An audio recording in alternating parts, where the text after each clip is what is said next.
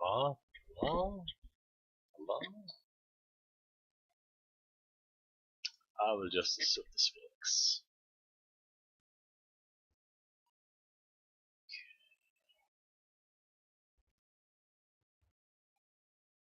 Wait, gotta mute myself. Okay, I hope this works. I have no idea how the quality is, if there's actually any difference. Probably bad. All poop.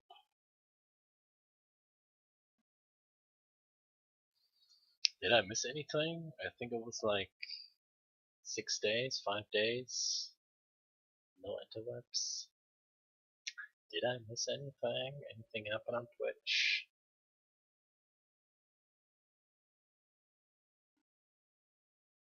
Okay, let's watch some happens.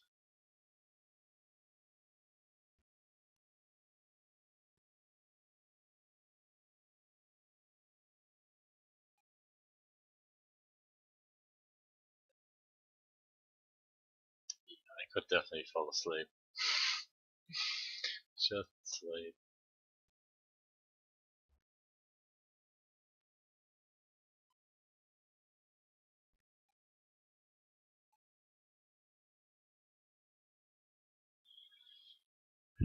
How's anybody else drawing?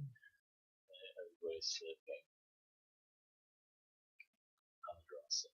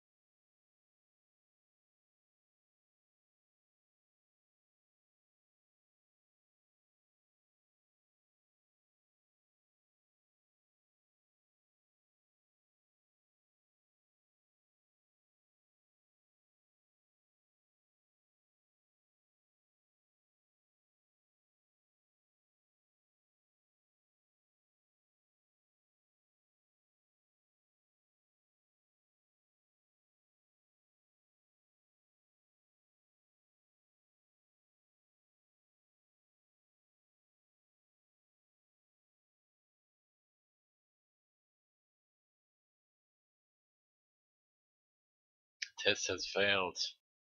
Please test again. What's up? Oh, thanks. Test.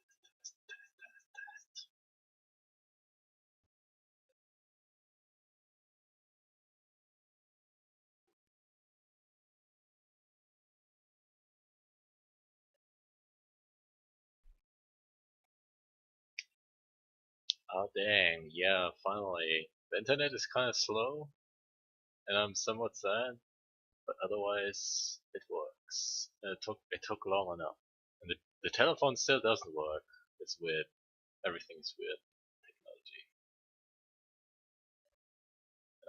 And I stacked up on some serious things before the internet went down, because I knew I had to stay in the old place to, finish the move and get all the stuff out and stuff and things. And I did survive.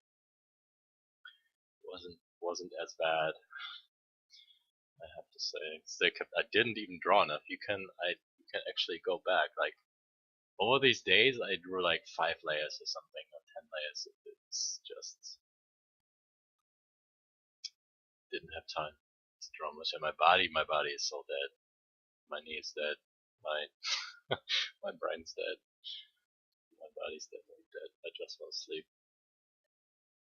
Kinda, I basically want to draw, which is what I'm doing. It's pretty much like if I look left, there's stuff. I put it in. I unpacked my books, all the art books, all my picture books, anatomy books and stuff. They're all in the shelves, nicely arranged. And to my right, there's like boxes and stuff, and more boxes and cables and boxes. Technically, to my left, I have a possible place for traditional streams. So just traditional art in general next to my desk, which I didn't have in the old place. So yeah, possibly. Oh my god, I found a sketchbook. This is like the absolute highlight. I found a sketchbook from like 2013, 2012. Oh my god, you have no idea. You have no idea. I will gotta set up the camera and stuff, and then just show off my old art books. When I packed all the books, I found a stack of old sketchbooks. Oh, I was so bad. I was so bad. You have no idea. You gotta see how bad I was. I was so bad. I browsed through the books, and all I could think is how was I so bad. I was so technically I was basically what it um the other side of that coin is basically holy shit did I improve. Like holy shit I improved. It was a crazy journey. And I made obviously I made some progress, and even when I was offline I still drew a lot, and I didn't really sleep plenty. um so yeah, I still shoot through like this eyeball stuff, which is coming to an end very soon, and I'm pleased. It's still some brain juice required, but it gets easier. It does get easier. So if I'm not too potato, there's definitely gonna be some teachings. Yeah, everybody wants to see the shitty stuff. Everybody wants to see the shit. Yeah, I know you guys. Just look at my junk. It was a very good find though. It was a very good find. It was the book that I had when I was doing my footer university, and I I kind of thought I was better at that day during that time, but I was pretty bad. It's really like reference stuff, yes, but just doodling things and knowing where to put things and how to do your eyes and like drawing from imagination and stylized, it just didn't work. And it was very obvious that it didn't work when you look at the drawings. But yeah, I found some really old stuff. And then I have a it's like a okay, gotta make a drawing for this. Let's say this is like the printing size, like normal printing paper sketchbook size, and I found like one that I used when I wasn't even really into the drawing stuff. Like I found a very little sketchbook, and it should go back to like 2028, 2010 maybe, like the oldest sketchbook that I could possibly have, basically. Where I was trying, and you see that I was trying, but I was not having any sort of idea of what I was doing, or basically, it seemed all random, and I had no idea. I had no idea how to really learn or how to like have some kind of system or method behind thinking and approaching, and it was let's just do this and not think about it. But I just tried. The most early attempts, the most early attempts of me. I'm gonna grab this one and just browse through. Oops, bucket. Bump the death. That is just wonderful.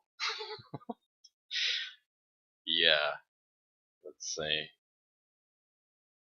Okay, I was doing photography stuff, and then holy shit, I was really trying. Oh, it's so cute. Oh my god. And then there's like pages of faces and faces and faces, and I was trying eyes and eyes and eyes, and I kinda did the same thing that I'm doing now. Like I do a simple potato, and then I try to fill in the rest, and I tried so much, and then oh my god, I definitely gotta set up the camera for this. Yeah, it goes back. It goes back so long. Shit, like gotta. I just gotta wash away the taints. Be fun after. I mean, I still have. I gotta do one. I gotta do one. Let's put this up on progress.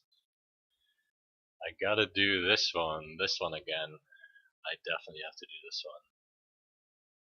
I kind of had some good faces set up, but basically I had some faces that I wanted to add this. Like this is 2014, and then just 1 year basically. No, it's almost it's almost that time anyway. So we have 3 years later, and yes, like these are so much more defined, and that is definitely something that where I want to do this again, like just this progress stuff soon. And I'm like I said, I had some things prepared, but then I was like, okay, if you just keep on drawing some more days, you will have like really good stuff, and then after these days I still think the same. So if I just keep drawing a little bit more and do some practice, which I have to do anyway, I will still have a better picture. So I kind of put it off for reasons, but still soon. So let's just soon, very soon. Soon. There was I don't think I will put up these well, technically I could, right?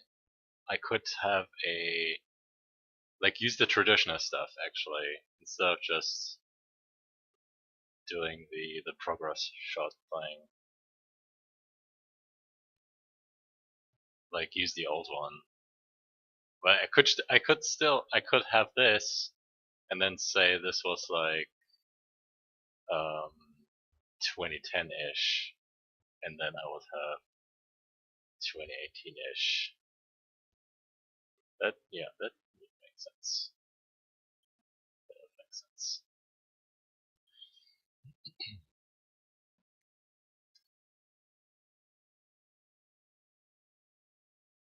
I changed some super random information. I cleaned up my pen or the pen, the buttons on the pen because I hit them accidentally, which led to me picking the color. Like I picked the random values, which I didn't want. I just wanted to move the document. So I changed the things, and I'm completely pressing the wrong buttons on accident because I have to relearn which buttons to press to move the document, which is this one now, which was picking color. So I'm getting confused because reasons. But only after I cleaned the button, I for some reason positioned my finger differently, and it seemed to like just land on the button, and then it hit it accidentally, and I was like, it was somewhat annoying. And now I still press it because I have to relearn the habits, remembering which button it was. There, see, fingers on buttons. They're not supposed to be there.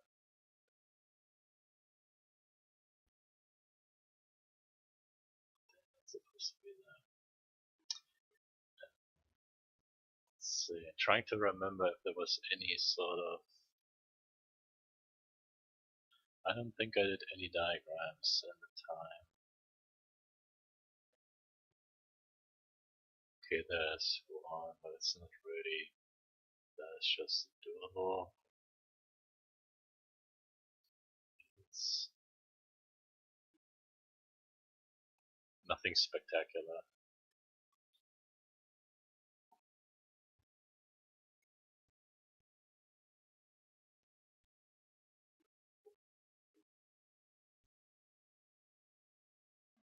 technically yes, but otherwise not really.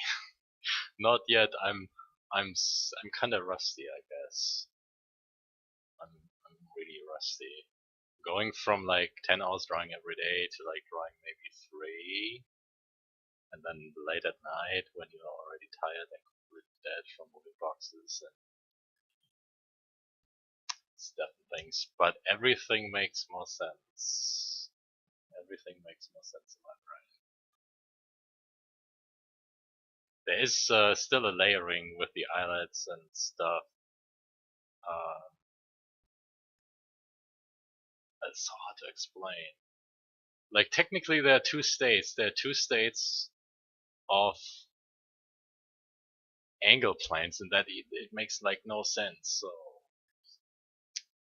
whatever surface or whatever form you look at, you can simplify this entire thing by two planes. You have the top and you have the front plane that you see. Depending on the rotation and orientation of this thing, you have these two planes shifting positions, which leads to something like this. Damn, wrong buttons. So the planes they would change angle are basically they are rotating around this weird looking goofball that is in the middle. And this is actually all the variations that exist between you have always two planes and only two planes. Technically sure you have more. But even if you add these, you still go plane by plane and you can have some kind of relationship between two and only two. And then you can extend this to have like 3 or multiple where you can build, I don't know, it goes into gesture for me because there's my shoulder, this is my arm, and this is my upper arm, and then I have my hand. And depending on what these things do, I have different gestures, which it still makes sense. Even it doesn't look like much, but I know I have these 4 planes, and they sit in space. Anyway, I still have 2 planes,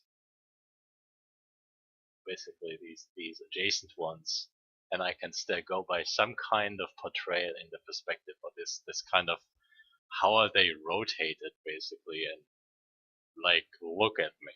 What is the angle from which they actually look at me? And I always have one plane that is facing more like my face, like at me, and the other one is facing away. So then when I draw the faces, I go from the top down all the way, like by symmetry line, and I would have these 2 planes, like these 2 ones, and then there's always I separate by 2 for whatever reason, because I don't know, upper lip is 1 and then lower lip, it makes sense, right? And between these I have like when they're coming forward into space, like from the front view, it's different because you can't see it like this. These are your 2 planes. So the visual information that is actually missing is the depth and distance that exists between these 2 points. And now we really get into the juicy stuff because there is actual space and distance that has to be visible when you look at it from the front like this. Like, I can't go around this. If you are a painter, you would apply a different value. And it makes sense because it is facing away from light, so it does make sense. Don't tell anybody. But it does make sense to just apply a different value. And you get the idea that the lower plane is actually facing away more like this, and it is not this. And still, it's not enough for me, so I have to get into this weird perspective distortion, or it's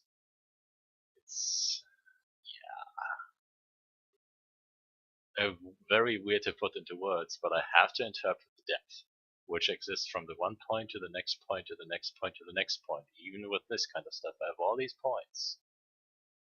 And there's depth and distance that exists between these points, which, if possible, if you know how, or if I know how, I want to really show it in some way. And still, if I have like a form like this, which ultimately all of these lines they could extend towards infinity, which makes things again weird because you work on your visual frame. You have your sausage, you have your two planes, and basically you have to abide by your eye level horizon.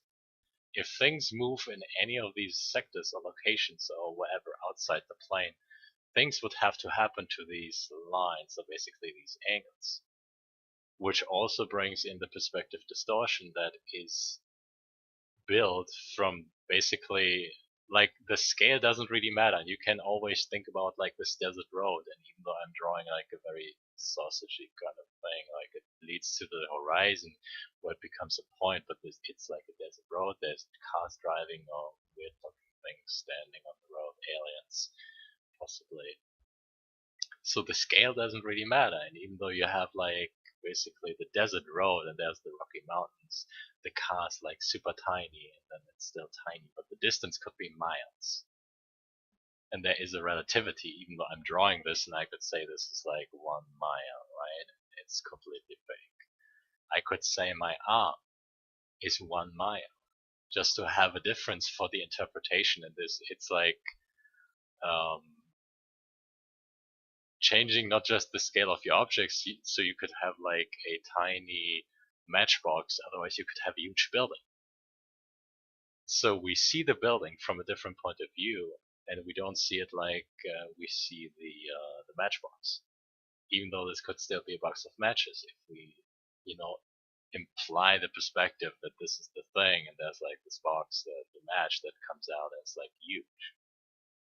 Maybe there's two, so you got a front. Otherwise, if you add like a door, and again, all I really do is I change the scale. It could still be a box of matches that has a door and a window, and maybe it has a sign. It's actually a bar matchbox, right? So there are weird things happening when the stuff actually comes forward into space, like closer to you as the viewer, just like your hand, right? I love this kind of thing. Hold your hand in front of your face, and it is very big. If you move it away, it becomes very small.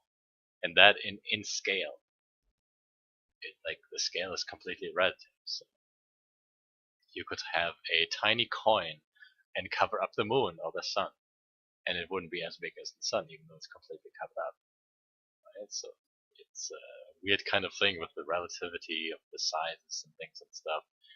Um, kind of when drawing this, so when you try to project yourself into the space and you think about how do you actually do this, right? Like how do you do perspective magic? What would the answer be in terms of what comes in your head when you think about being able to draw like Kim Jong-ji? What do you need to really kick ass? I'm asking because I want to know if the word is actually perspective, or if there's something more specific, or if there's something different. And I'm assuming there is a word perspective because, yeah.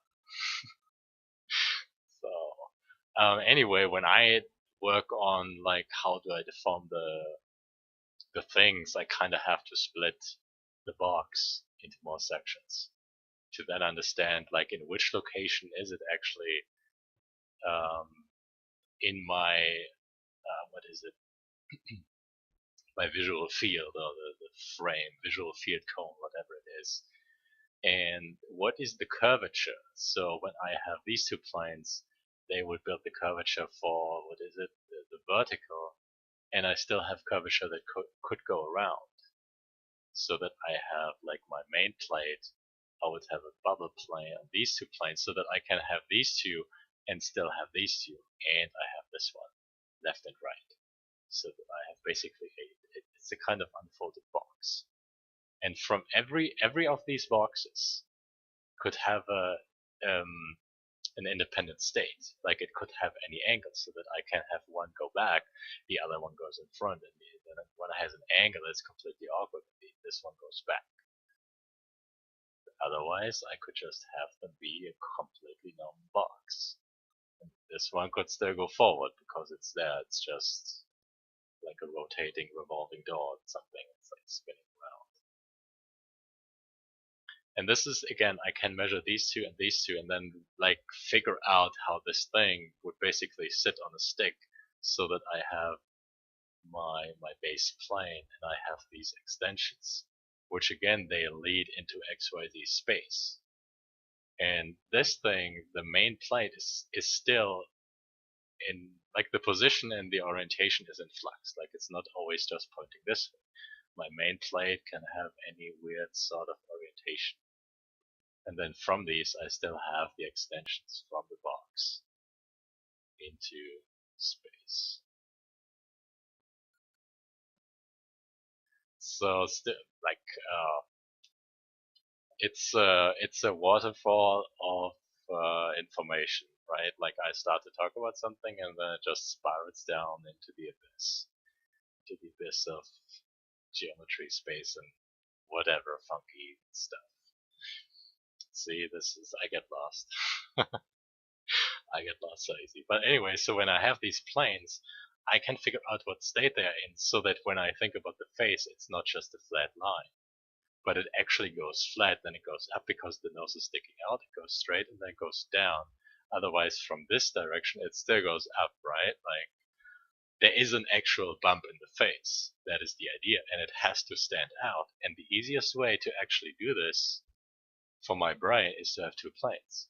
And then I have another plane that becomes my base, and I have two planes adjacent, and then it goes on, and until it actually encompasses the entire thing, from the one side to the other side. And I have all of these planes, like as many as I want, as few as I want. But again, they have a different angle to like one another, which is you can't measure an angle without the friend, so you need this to say it's not 90 degrees. You can't say what angle is this in until you have a point of measurement or reference. And one thing is you always have the vertical and the horizontal as a point of reference. Because these angles, they always stand out and we have names for them. We call them horizontal and vertical for whatever reason. And then for me, these stand out because they are the 45-degree ones. They cut the 90-degree angle in half. They're kind of, it goes funky, right? Because this is this. And technically, this thing goes like 360 degrees, and you all have these different states and angles and stuff and things. And oh boy. Oh boy. Yeah, keep spiraling. So it's very logical in the end, right? So you have these different planes, and all you gotta think about is like, is it a flat wall, or does it actually curve, like the cylindrical tube, which is then like your primitive, or like the general geometric primitives. You have the box. I use the tube. I use the sphere. I'm not a friend of the pyramid for whatever reason. I don't like it. I may like the trapezius because he's a buddy, right? So it looks weird. Or the prism. Prism is interesting. Otherwise, I don't like this one. So the point being is that the cylinder, it has different sections that still cover the roundness. If you look at the cylinder in terms of where is it located in front of your face and your eye level horizon and the space that exists in front of your face, basically, that is the important part. You can figure out what is the angle that these planes have to be in, or basically visualize, so that you can actually do this. And you have to know that from your point of reference, these are your eyes, right? Like, this is you. And if you just have this, it's the same thing with the box thing. You don't see the depth or any kind of curvature. All you see is this. You have no idea if this could actually be the top plane and this could be the front plane. And the only way to determine this is by value. But this is no, like, I have a kind of distaste. Like, it doesn't work for my brain. Like, I have to actually look at the structure and then figure out where is it located in front of my eyes. Is it below? Is it above? Because depending on where it is, you have different angles. So basically, the curvature changes. And again, I have a cylinder that I see from the bottom because these are my eyes. So you can guess that this works. Look, this is how it works. You drag this down, you flip it, and you have the box like you see it on the cylinder. And you can fake this again, but basically dragging this, oh my, no, not like this, just drag it like this. So it begins to make sense, and this is what you have to look for. I draw it so that I understand that I am at this location in my horizontal, vertical, eye level horizon frame. No, it's not, it's like the visual field of the human eye, right? And usually when we have a frame of the picture, the actual artwork or the medium that we use to put our artworks on it is always limited. It's not infinite. Even though I can move my canvas left and right, my frame is my screen, right? So this is my space. This is my eye level horizon. So if I then have this thing, which ultimately, if I think about the cylinder, I can have a square, but I know it's round. So the idea is I have to figure out where is my eye level horizon, because depending on where it is, the angles to describe the side planes, they can't be straight. The only straight place is this and this. And technically you can do this, where you run up the top plane, but for all the side planes, you can't use the same angle because that would mean it is a flat wall. But what you want is actually you have your base, and you have your eyes, and you have this one. So the flat wall goes this way. But you know you have a cylinder, so it can't go this way because you have to see the curvature that actually goes around. And then you have these sections. And the idea is actually you see that like the curvature is actually different, right? So this is your flat cylinder. If you look at this one, you have this curve, and it goes up. It starts at this point, it goes up. So I'm cutting this in half. This is why I start at the outside edge. I'm not starting anywhere else. Otherwise, the curves, oh my god, wrong buttons. They all go up from the outside. And that is the idea. I can't make them flat because that is inappropriate for this kind of location in my horizontal space, in my visual field, whatever. And again, it begins to make sense if I figure out that I'm round, so there's my cylindrical tube, and this is my eye level horizon. It actually moves around, and these are my sections, just like I have these planes. And actually, the shape itself gives you all the ideas that you need. This is the line that you need, the bottom line, this one. And if you run this up, you have all the ideas of every angle. And this is how I do this stuff, right? Technically. But this is the basic. If you know where you are, you can figure out the curvature, because it's like self-explanatory. You take this, and you don't even have to go anywhere. You take this and run this up. And these are the section lines. They are based on the basic potato of this thing. You can cut this into your sections, and all you do is you move this along, and you cut it, and then connect, and you have your cylindrical tube. And again, I cut this into pieces to have these angles, right? This is what you see me do. And then you would ask, how do you find these angles? But there is a logic. Again, I have curvature, therefore these angles have to change. If I continue these angles, I create a long plane, or basically I have the extensions. If I keep this angle the same, you see what happens. And then I have to cut this and change this angle to this, to this, to this, to this, to then actually have the impression that there is something going around. And again, we have basically curvature that also goes this way. It doesn't just go this way. And again, we have the curvature going basically XYZ space. It goes anywhere. So we have the curvature that basically goes anywhere. And still, from any of these points, right, like you have the curve, and you cut this into pieces. And then you drag this up, just drag it up as much as it goes, right? There you have overlaps, because this was like figuring out these overlaps in like explaining this is really hard, right? Like I remember when it was tough to do this. But to do this, I think about the curve and how does this curve extend through my visual field so that I know I have these cylinders and then I have a curve. But I know these are my eyes, so I have to see certain parts of this ribbon. Just like if there's a cylinder in this place, right, I see it from a certain location, from certain angles. And even though I'm always building towards the cylinder or the straight planes so that there is a 90-degree angle, when I have my cylindrical tube, I don't just do this. So that I have to build the 90-degree angles. And this is why I do this, because it definitely is deep in my brain, right? Like if I look at this and I know my eye level horizon is up top, so this is the top plane, it's not anywhere else, the line has to go down. It doesn't go sideways. It doesn't go this way. It doesn't go this way. It could go this way because there's another box and I suddenly see it from the bottom. And again, this is like the most confusing things. And it only exists because 3D reality converts it to 2D drawing that is then made to look 3D.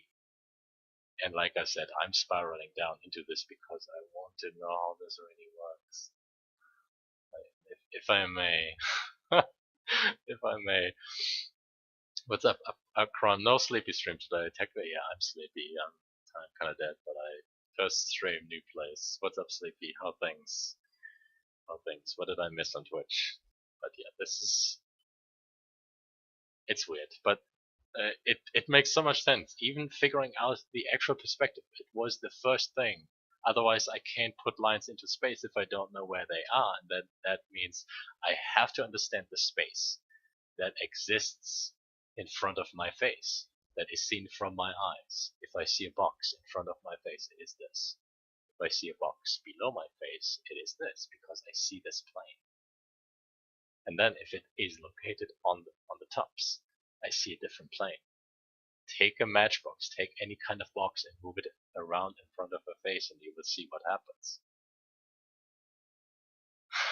What's the lines into the space? Or lines into space, oh yes.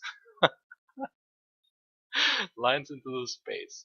So when I do this stuff, I cannot not ever ignore the space or ignore the perspective because perspective is everywhere. The actual difference is interpretation of your distances between these points of your planes. And this is you have a box. And the box itself, like this point and this point, they have between there is space. And that is space that can be interpreted just like you have a desert road that shows the space. These are the points. These are literally the points. And it could still be like the size is actually relative, which is weird. Like it's that, you know? And it's so normal for me and the logic, I can't escape this. It's so weird. So weird. And it's like you have to believe me in the movies, right? Like I tell you what's up and you have to believe me, but there's no proof. But you have to believe me. So weird. Um so I'm assuming it makes sense, right? But still the beginning of this stuff, any sort of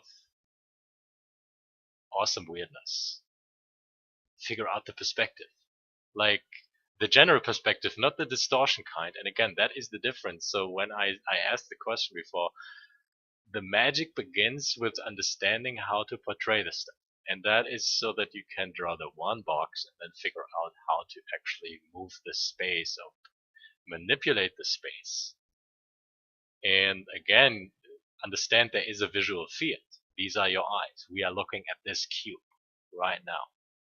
And our visual field is extending to a certain point. Left, right, up, down. And again, take your hand, hold it in front of your face, like do this for me, right? And then move it away. And you can actually see your hand shrink, but it doesn't really shrink, right? But still, you see your hand grow in size if you put it in front of your face. It doesn't grow in size, but it still gets big. for whatever reason, because it is being placed like on top of the hole that catches the light. So whatever the size is of your hole in your eye that receives the light, if you just take a speck and cover it up, it will be basically, this is the space that we have, right? And this will basically be the speck, right? If gotta press the right buttons there. If we, let's say, take our thumb and just put it on our eye, this is what we see, more or less, right? Like, oh my god, I can't see anything. If we then move our thumb away, it shrinks in size. Can I do this? Like, basically like this, right? But still, it's kind of different, because this is what it does, right? If we move this thumb away, right, and then if we do some weird magic, again, perspective by size change, it's a thing. Like, it's a thing, and the perspective grids actually show this, because if I shrink this too much, it becomes a dot, and suddenly it's a vanishing point, where this stuff, technically it should connect to this one and then go there. But that is the idea. So understanding the perspective space is really the main, like, for so many things it really is the magical key. And it doesn't work by reading books that tells you about make a point, make this, and then you draw these lines, and then you use the worst aid, the worst kind of support to draw a box in perspective. Like, I shouldn't even say that, but stab yourself. Don't do this. Don't do this. And it is a long, hard process. I did not do this.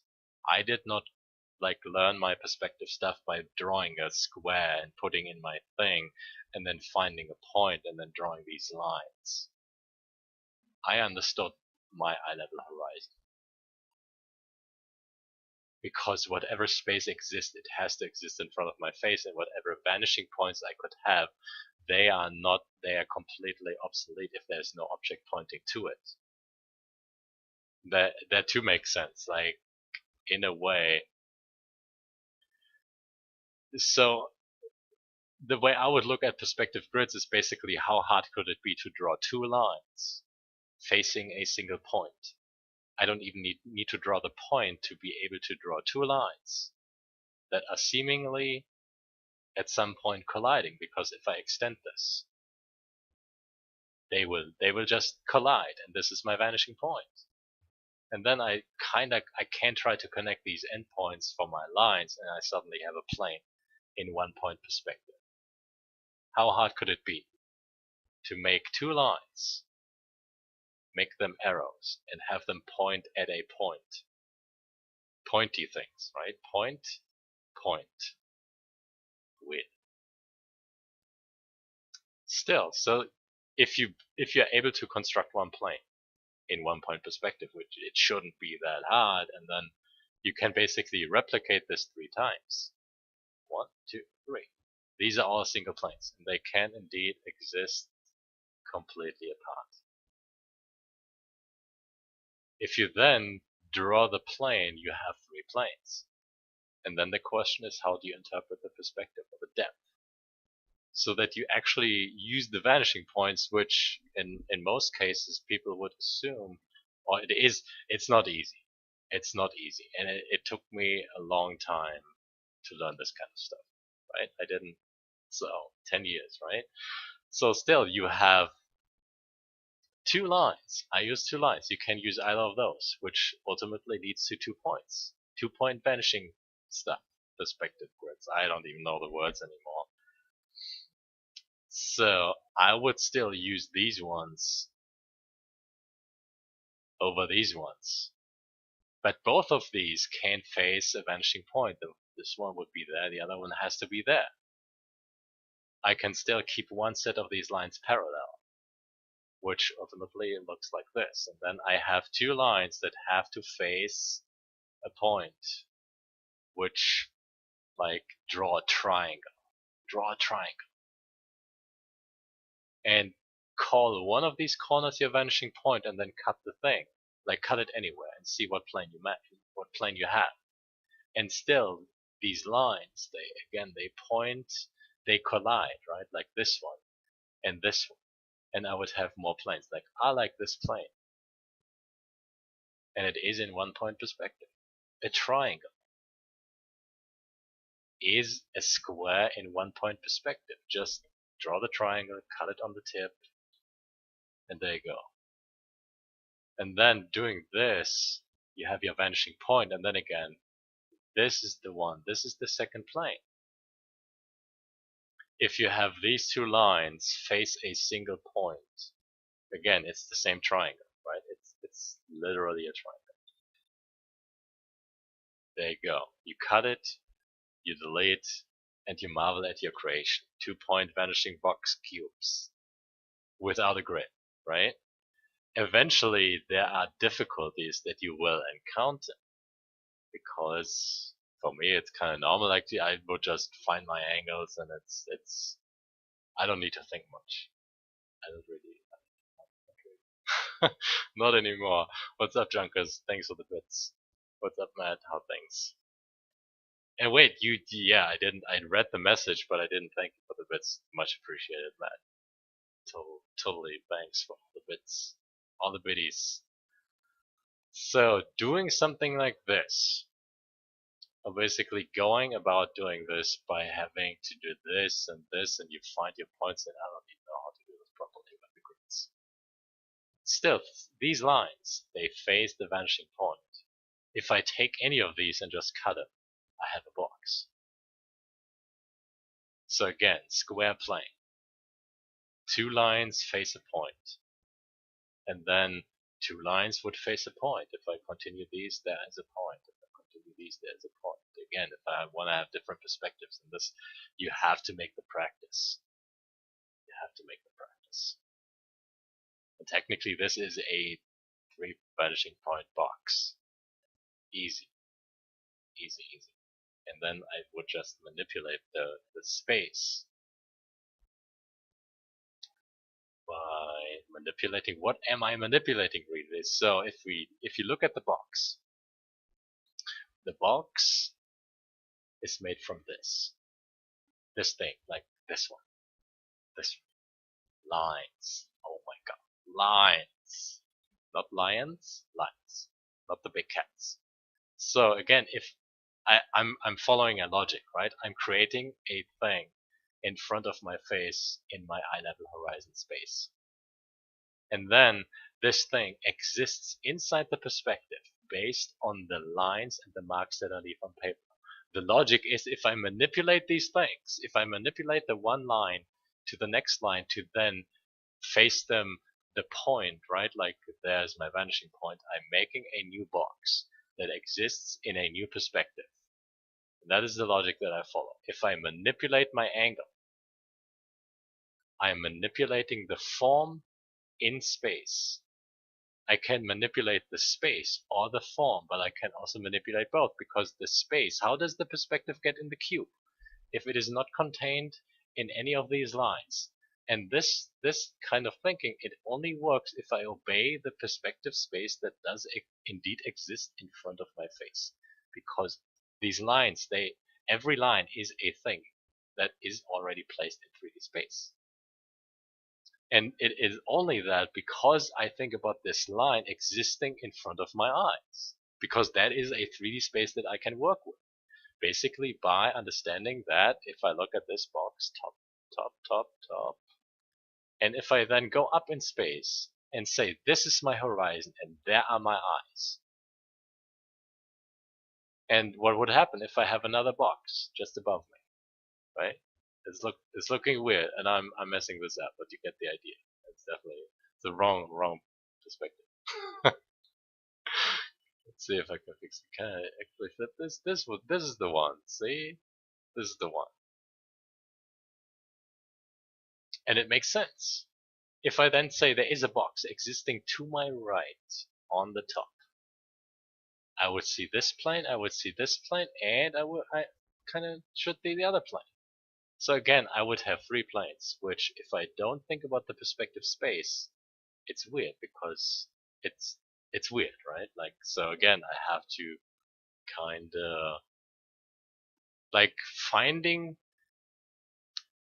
the right angle for these perspectives. Like, I know how to do this very carefully, and I know how much time it took me to actually figure this out in terms of what kind of line do I need to draw to actually have this in the right place so that I feel good and I say it's correct, right? So there is a kind of precision that I need, and I kind of go by this is my horizon, and the more I travel outwards, things have to happen, just like when I have the perspective grid. And again, I would not use grids, but I analyze the grid because it contains information. So this is my horizon point, and all of these lines, they face this way, right? So from the middle line, which is completely straight, I can say this angle is changing as it is traveling outwards, like for whatever reason. And again, that is perspective distortion. And then I could say the line on the box, right? And I draw this up, and I already have these two angles differently because they are facing a certain vanishing point that only exists because this is big because it is closer to me and this is small. So the plane that I have, and this is the interpretation between the point of depth, this one and this one. If I move this one back into space, just like I take it with my hand and I take my nose and I pull it into distance, eventually my hand will be a point. Just like the long desert road suddenly, eventually, is so small at the end of the distance that I couldn't see anybody standing there. And that means the big thing becomes smaller. And logically, it would follow and follow and follow down until it hits the vanishing point and it suddenly begins to make sense. And again, we have a triangle. And I cut this. And I do this. And I have another triangle. And I cut this too. And I say, oh my goodness. And still, the difference is these lines are straight, they are parallel, because I'm not interpreting the distance that exists between these two points. If it would exist, right, if I say it goes like so far away that it has to, I want it to distort, and that is like, it should be as tall as a skyscraper. So I would have the plane, and it has to do something, right? Like, again, I have these two lines that build my plane. And they have to follow the vanishing point, therefore they have to change it. I call this angle state, right? Horizontal, vertical angle states are easy to identify. Then you have the 45-degree ones, which also are easy to identify. And again, they have to collapse because they have to follow the vanishing point. And again, we have a triangle. We cut the triangle. Or we can have a triangle or something where these angles, they are not completely straight, but they don't fall this much, right? So they are more elaborately, carefully placed.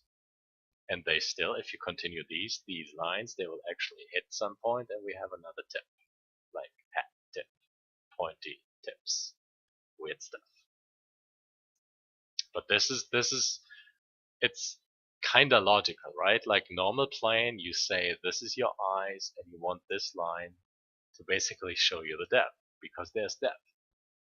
And that means it has to go smaller. So if this thing goes smaller, Bob and Jeff, like these sidelines, they have to collapse. But basically, they are still attached to these points, and that is the thing. If you continue these, you have your vanishing point.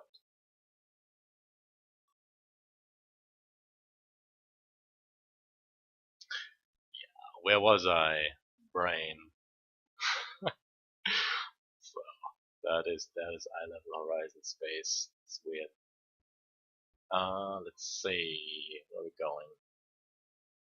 But as you can see, it's a bucket. It's a bucket full of worms. And I like to show perspective in things because it makes things awesome. It makes things pop. And it's appealing to have your drawing reflect the three-dimensionality of reality in whatever way. And this is the illusion. We draw 3D on a 2D surface.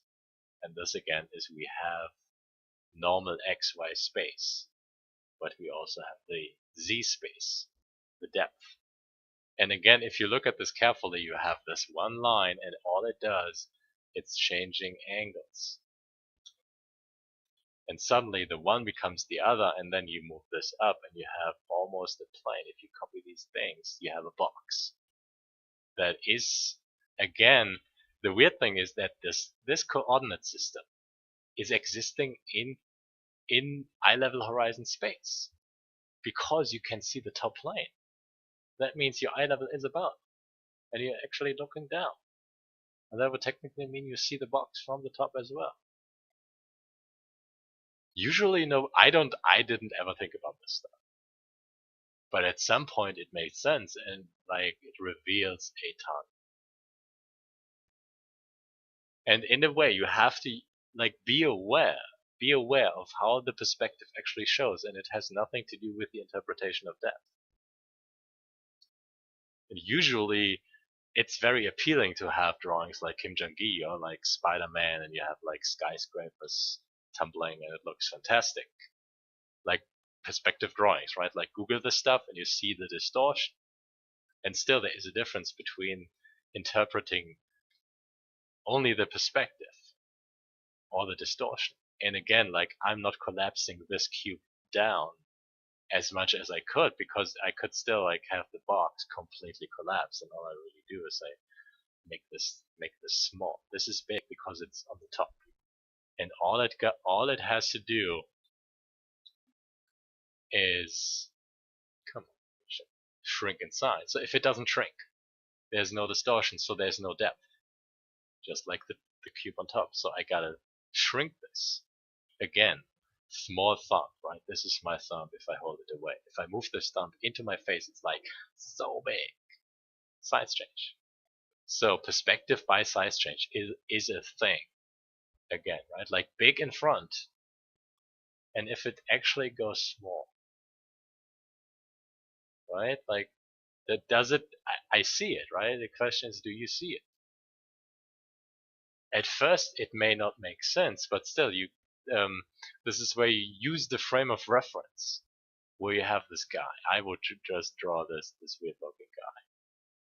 If he actually walks the path, he's very tiny at the end, like very, very tiny. But he could have a house.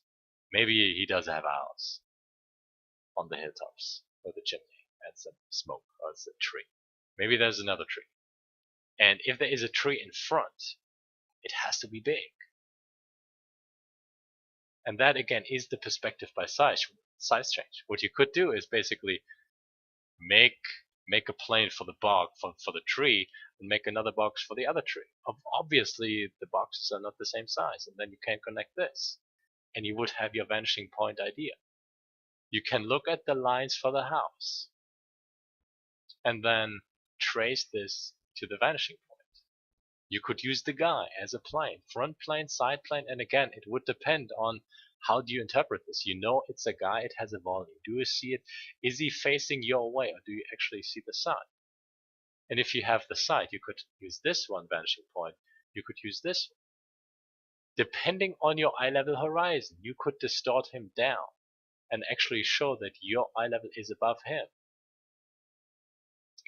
In a way. And that too is something that I would rather practice with the simple things and understand the basics first, know the perspective. And this is the, oh my god, for sure, my buttons, my fingers. So I usually draw the box, and I should make a new layer, don't be lazy. So again, my default box is literally this, 45 degrees facing to the right side. My eye level is always on the top. So I would move this down and go up in space and say this is my horizon, or otherwise there's a box that I then see from the bottom, so that I give some kind of logic to this perspective space. And it's the same thing that we had with the diagram of the boxes moving into these sectors where we see the bottom, the front, and the side. And the box that we only see from the front is this one, because it is literally between our eyes, into our face. This box is a little bit wrong, so we see the bottom, the side, and the front.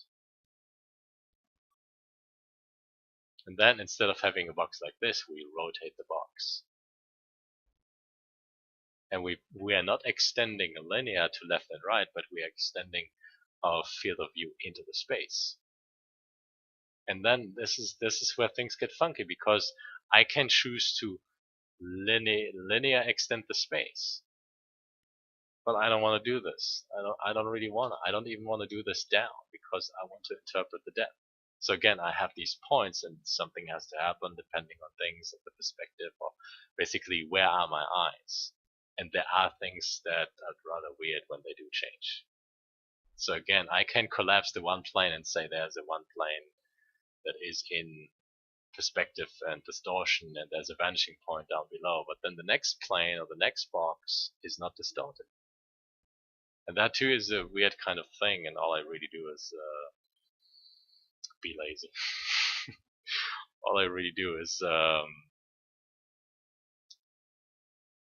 like create the illusion by just taking things out of context, and you create a new context. So this couldn't technically exist, but you can still draw it because it doesn't matter, and how you interpret the space, right? And still I have this kind of space, and then I would extend the space, and still it couldn't possibly exist, right? So there's always, it's easy to fool the brain. So the box that we can expect is basically this one. Normal box, really. I can have another one. And I would always ask what is happening if this thing extends outside of my plane, of my visual field. Because it has to do something. And it's technically like we can have between our eyes, basically this is our face, we have eye level horizon. What if we have a steel pipe?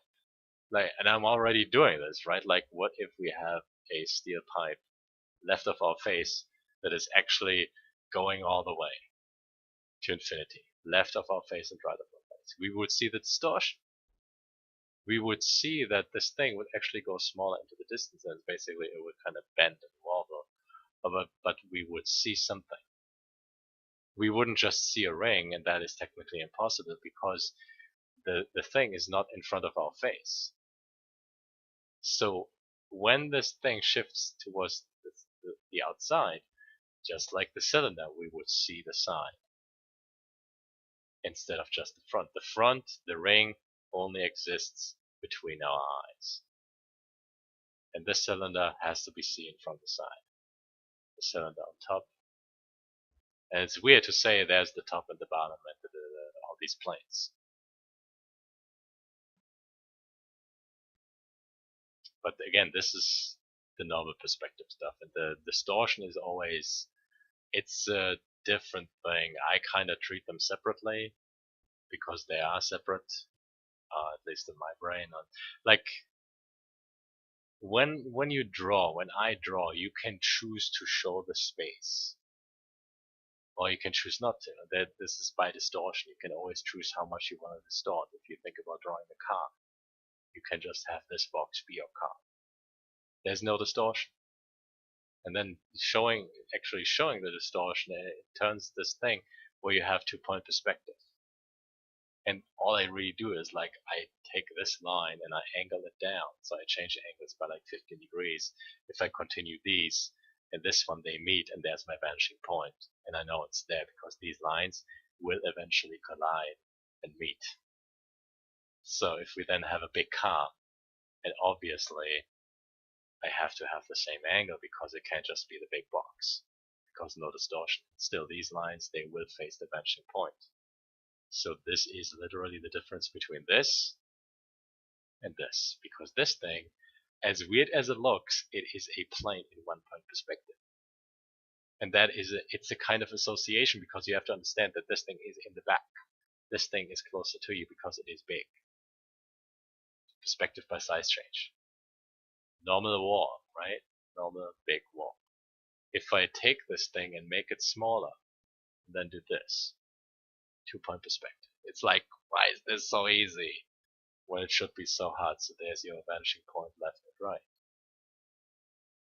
If we then go funky and look at this line and this line again, they are usually parallel, but in this case they are not, right? So if I make them longer, what is going to happen? 3-point perspective.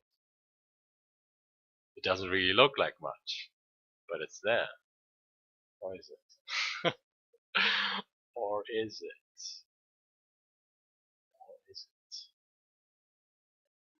But still, like, the box has 3 planes. And this plane can be this plane, can be this plane. It's just a repetition. There are different problems when you have the complexity of things, but there's no way to cover the experience. Every brain, your mind, your consciousness has to make the experience, and eventually you'll just realize in the beginning that this is not how it works. Like, you will make your attempt, you will go as far as you go, and then you will realize that it doesn't work anymore, and you have to think and build new ways and make new concepts and, do stuff. And explaining how to shift angles, there's no way. Like, this would actually be it's like my brain wouldn't have any insight into this. It is so normal for me. It is so normal. But still, like, if you go through the basics of perspective, you will understand. And that, like I went through it, still, I will help you guys get through this because I went through this, and I will not have you, get lost in figuring this out on your own. But you have to make the experience. You have to make the practice. There's no word that I could say, there's no wisdom that will elevate your skill, basically. You still need to experience your skill. It is your thing. And so even if there's a thing that I could say that enables you to do something, you wouldn't know if it actually happened without you doing it. So you still have to do it. That is the life experience. There's no substitute for actually experiencing things, even if it's the mistake. And at first, there's the mistake. But they could teach us. What's up, Mr. Taco? Yeah, voice. First stream from new place. I'm somewhat dead, like my knee hurts. My knee really hurts. My body is completely sore. But there you go. It was necessary, right? Like, I kept you guys on the butts for like 6 weeks, and I did enjoy the silence. I had enough mental things to go through, because moving and basically being a potato and depressed and kind of not being able to pay, and there was a lot of panic. But yeah, eventually there will be story time. But voice good now. Good, yes. Move is complete. Panic will commence again eventually, because it's not over, it's just moving.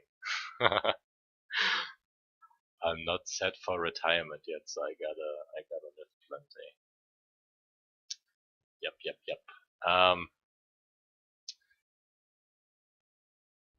I should make this a highlight. That was a crazy good perspective breakdown, I suppose. I would say it's good, but it's relative, so I would say it's just something, I suppose. And I'm following logic. I couldn't put it any other way. Going by how objects visually appear in front of our face when we look at them, and then going from basically looking at this one thing and then looking at the next, and making the conclusion that if I have a plane in this kind of space with these angles, and then if I do this to these angles from these lines, I would automatically create the vanishing points. And otherwise, I don't think where there is the assumption that I could be wrong. But if I was wrong, I would communicate things to my own brain in the wrong way, and I can still draw stuff like really, really good. And that shouldn't be possible if I was actually wrong, I think. I think. Hug Dugs. Duck hugs? Hug the duck. Nigga stretch. Yep, stretch.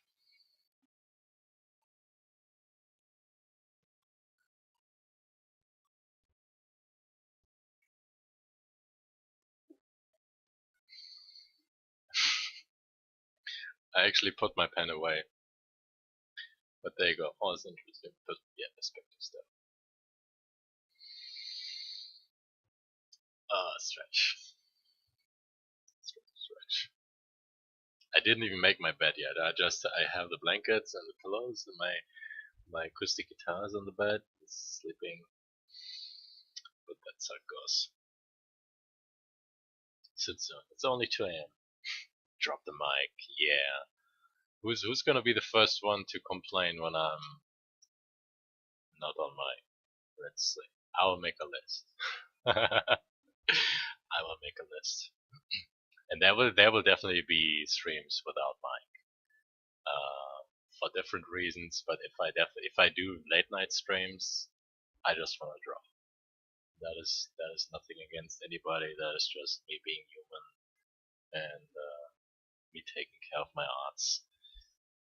Because drawing and concentration, and it definitely is different. Like couldn't make me believe anything else, but there's a difference if you actually pay attention to you and your brain, your mind, and then you do the thing. And if you do the thing, you wouldn't wanna constantly yap to something something. Oh, gravity! No, no gravity. So far, I didn't drop anything. And please, no gravity. No gravity.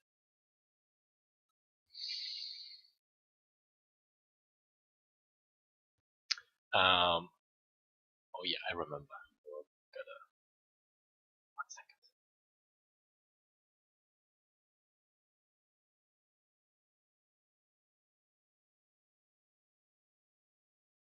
So besides the kind of, and I call this simple.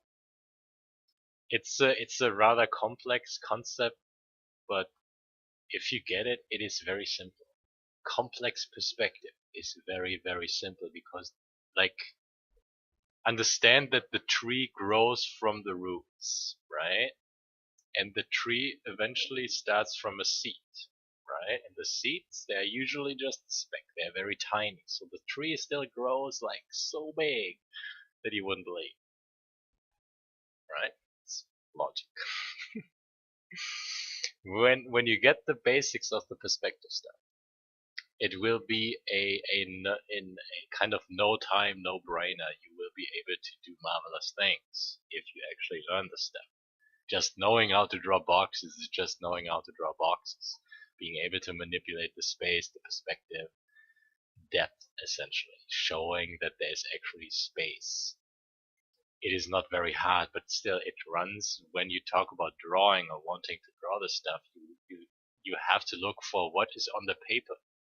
And it's still weird when it makes me think when I look at a cube in perspective or a drawing from skyscrapers and buildings and stuff, and like how would the perspective get in the cube or in the things, right? So there has to be something on the paper, and that is we talk about art fundamentals, right? Like it is a fundamental, it is the foundation. Know the foundation, you can do marvelous things. It's guaranteed. I like it's a guarantee that is presented to myself every day because I spiral down through 10 years of stuff and junk just to tell you guys. Just to tell you guys in a couple of minutes. 1 hour and 20 seconds. 1 hour, 20 minutes, 4 seconds. So, my travel zone is like building the planes, having a very effective proper system to build complex geometric grids that then unfold in XYZ space that is then distorted in space by choice. Um, when I think about there's something that I would call geometric, right? Geometric has a grid. It is a hardwired grid. It runs on vertical and horizontal lines, and only those. A more organic grid runs on these 45-degree angles, so any other angle that is in between your horizontal and your vertical states. It's basically, um, it's like having this, and then I would copy this, copy paste, and I rotate this some amount, and I collapse this, and I take this again, and eventually I will have a complete circle, a complete kind of black thing that shows all possible states. And technically everything is pointing in some kind of direction. So still the geometric kind of stuff runs on horizontal vertical. The more organic kind of thing builds in all of these vertical ones. And these ones. Now they're not diagonal, that's the word, right? So, and even though it looks like a grid, um, I go by flow, or basically I subdivide my forms into certain compartments to then establish certain flow patterns where the line comes in, but it doesn't just go down, it runs through a path. When you have these diagonal lines, you can have very kind of smooth transitions. Otherwise you have a zigzag, and it only goes basically up, down, left, right, like this. If you have diagonals, you can basically build completely different things, and that is where the flow, or basically what I understand as flow, comes into play. And on top of this, and then spherical forms and like eyeballs, they are round, so I have to find ways to build a system like my geometric grid around a completely organic something. And this is basically, I have to subdivide the potato into all of these sections to then connect these sections to my geometric grid that is running on my outside, which is more like 3D modeling than anything else. So when you look at how I draw the eyeball, you have all of these lines, all of these ring lines. Technically, these ring lines, they could exist inside my it's like a separation between elements where I don't really mold the eyeball into the face, I just leave it standing apart, which leads to a closed circle, a closed ellipse, just like the eye itself could be closed. Everything else is happening inside, like the eyelid. So you have the potato, and then you have your eye, the iris, the black stuff. Everything else is happening inside. And then you would still have the outside, which means there's like cheekbones and noses and stuff and things, which means the lines that come from the eye eventually have to connect into the face.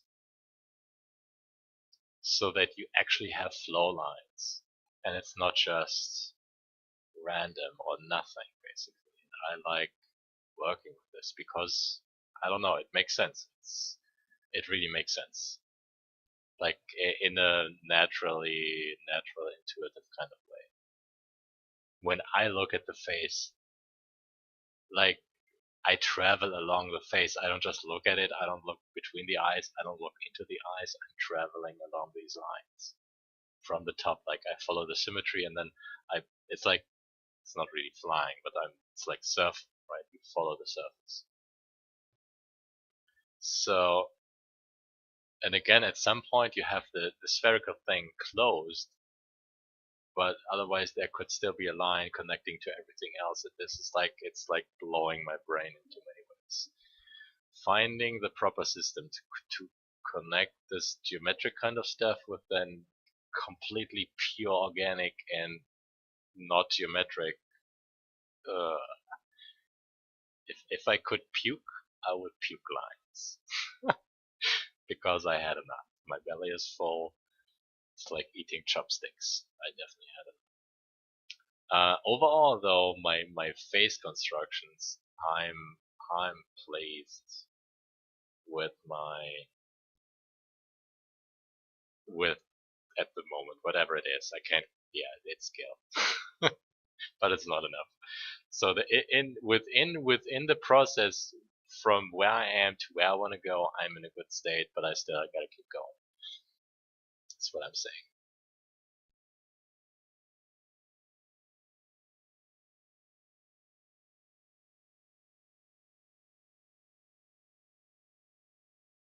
What's the leaf metaphor? I don't know this one.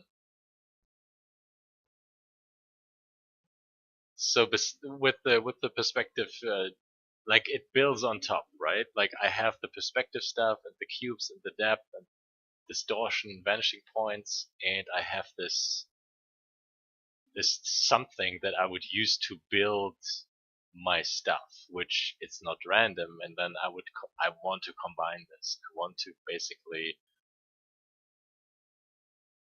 like deform a face into multiple vanishing point perspective space. And when you usually have your face in a normal box, I would like to have the space deform to the top and then deform to the right, on the left, and maybe to the front, which would it turns out into a weird looking potato, but it's still a face that it wouldn't look deformed, but you would understand actually the space, which is more something like the fish eye or something in between. And drawing like this is definitely appealing, or being able to draw like this, learning how to draw like this. Yeah, follow the flow. Most definitely. You can't go against. Otherwise, if you do go against, you might get to the source. Sometimes it kind of felt like, where am I going with my kind of scientific approach to this? And I asked myself this as well. So where am I going? If I continue learning, I will definitely get to a source of some kind. Truth. Yay. Kappa.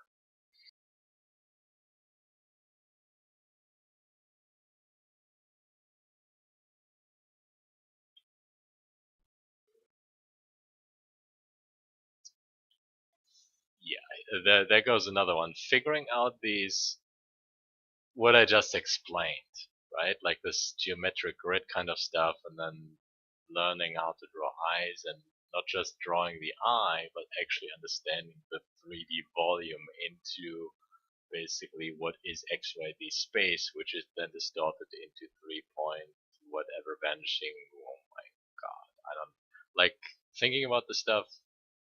The mind is sometimes just it doesn't work.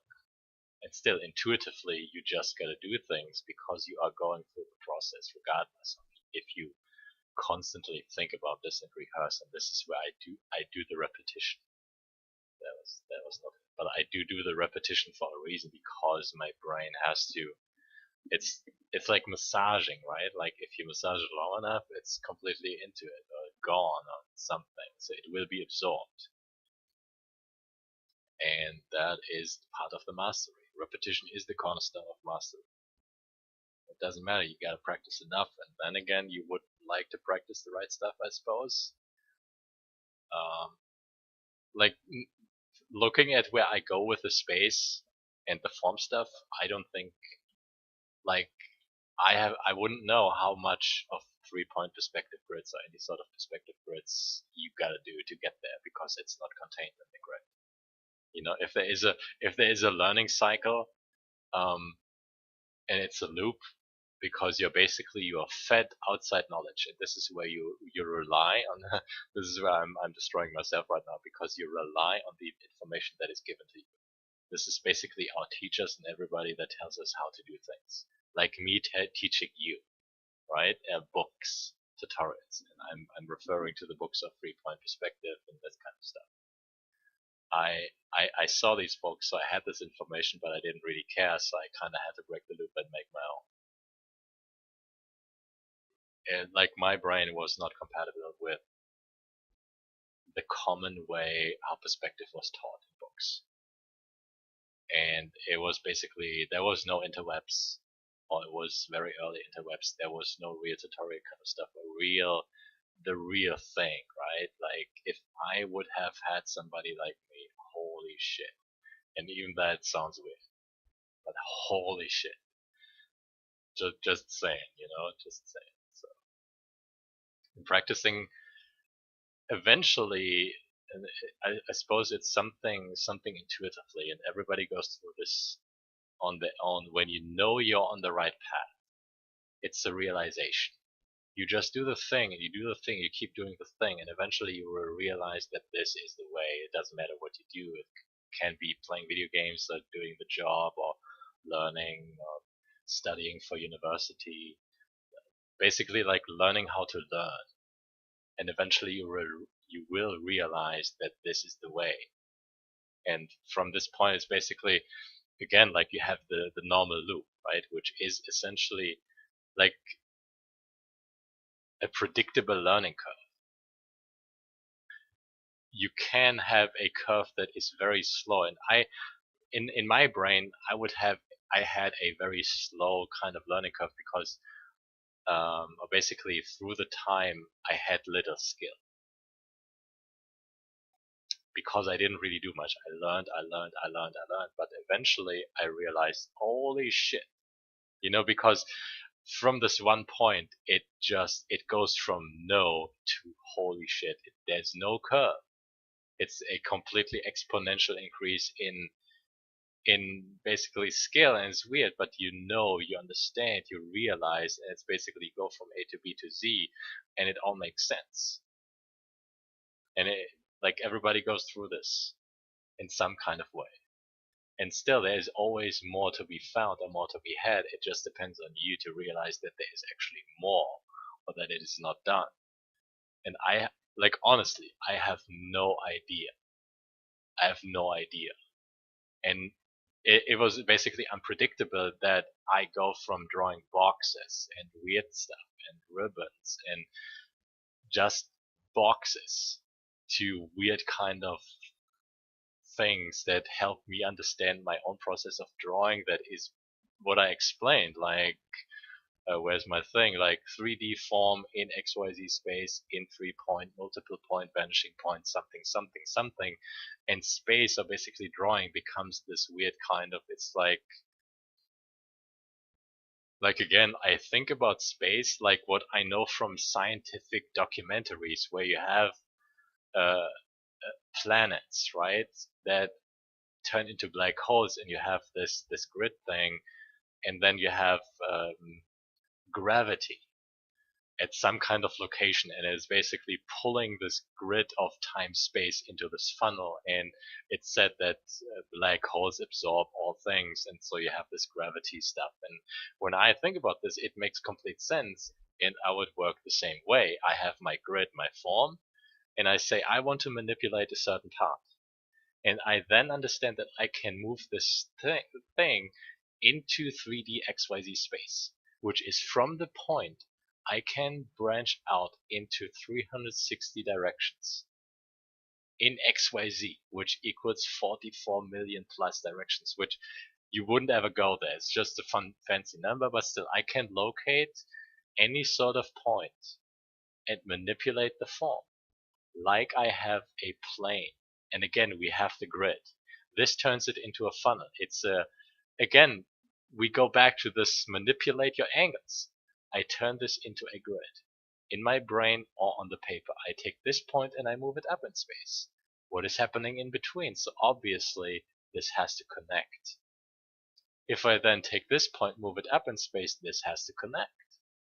And again, we have to think about like where's my eye level horizon, because it would depend if I can see this top or if it just becomes a flat plane.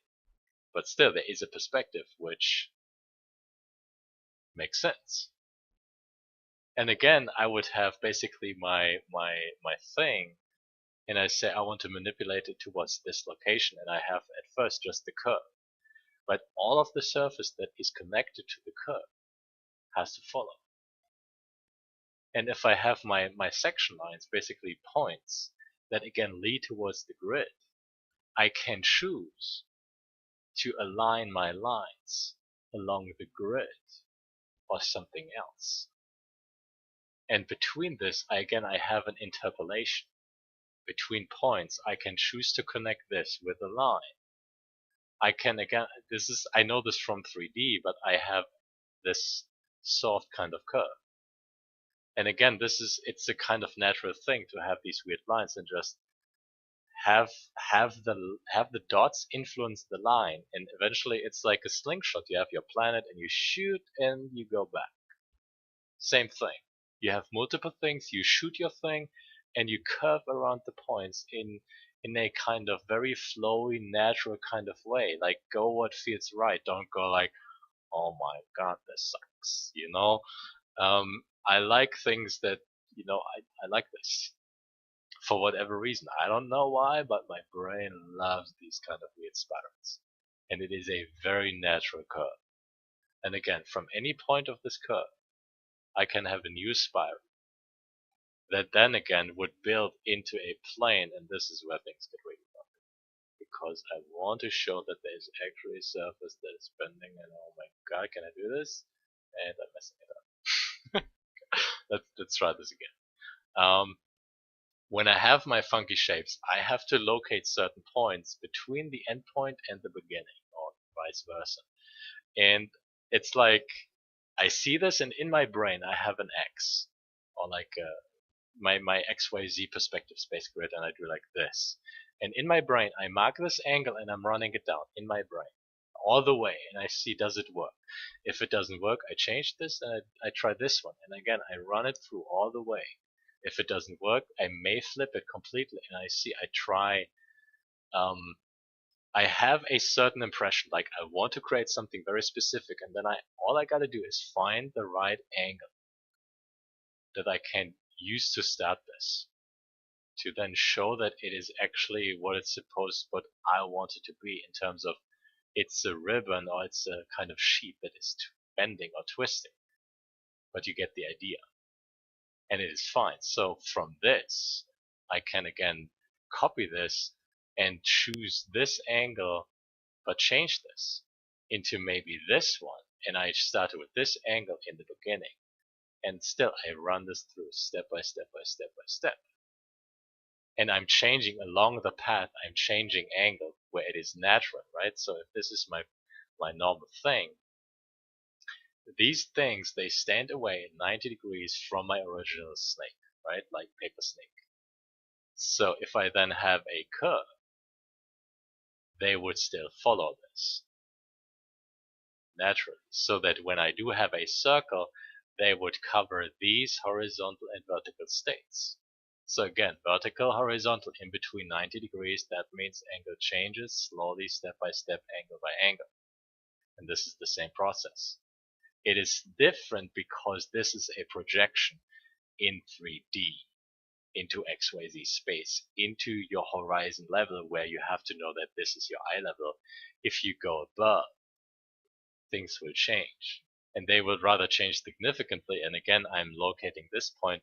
I'm in my brain jumping ahead to this one, to then figure out that if there is a box, I see it from this kind of space. And then I use this angle to begin my spiral. And this is where it gets really tricky, because my eye level is aligned. And what is the spiral doing? But I would still see this, but very little and very specific in a kind of weird way. And I'm really trying, but these angles are very weird, and they're highly photoshopped, and I'm still trying, but it kind of seems to work. And I would then figure out, if it doesn't work, I would adjust the process.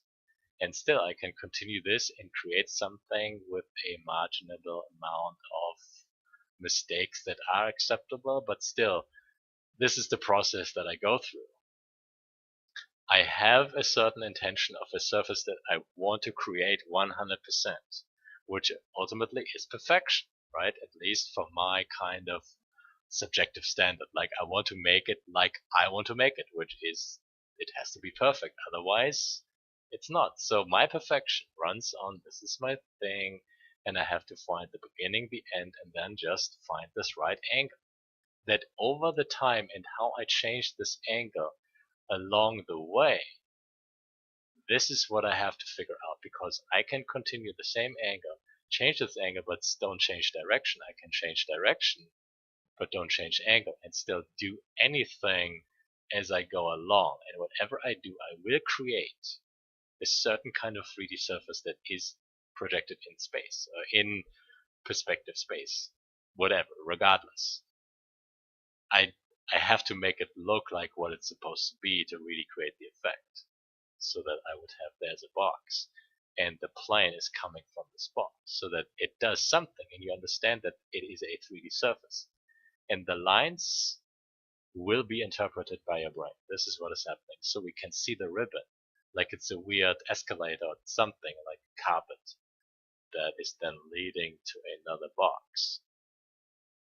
And I do this too so that I can help my brain to understand this thing as a 3D thing, where I have 3D cubes easily identified, and they are grounding everything in between into my context of 3D.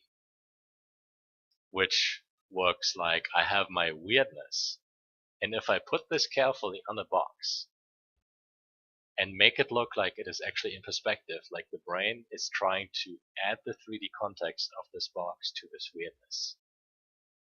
It's not trying to take the random chaos of this thing and try to imply that this box is also random and chaos. It is not, because the brain knows the perspective of the 3D of this box naturally. Replicating this, again, we see 3D every day for 20, 50, 40 years. Replicating 3D on a 2D surface and still maintaining the 3D space illusion, that is a difficult conversion to do. Like, no joke, it is not normal for the brain to go through this. Seeing 3D, understanding 3D, yes. Replicating the 3D illusion on a 2D surface is not a natural process,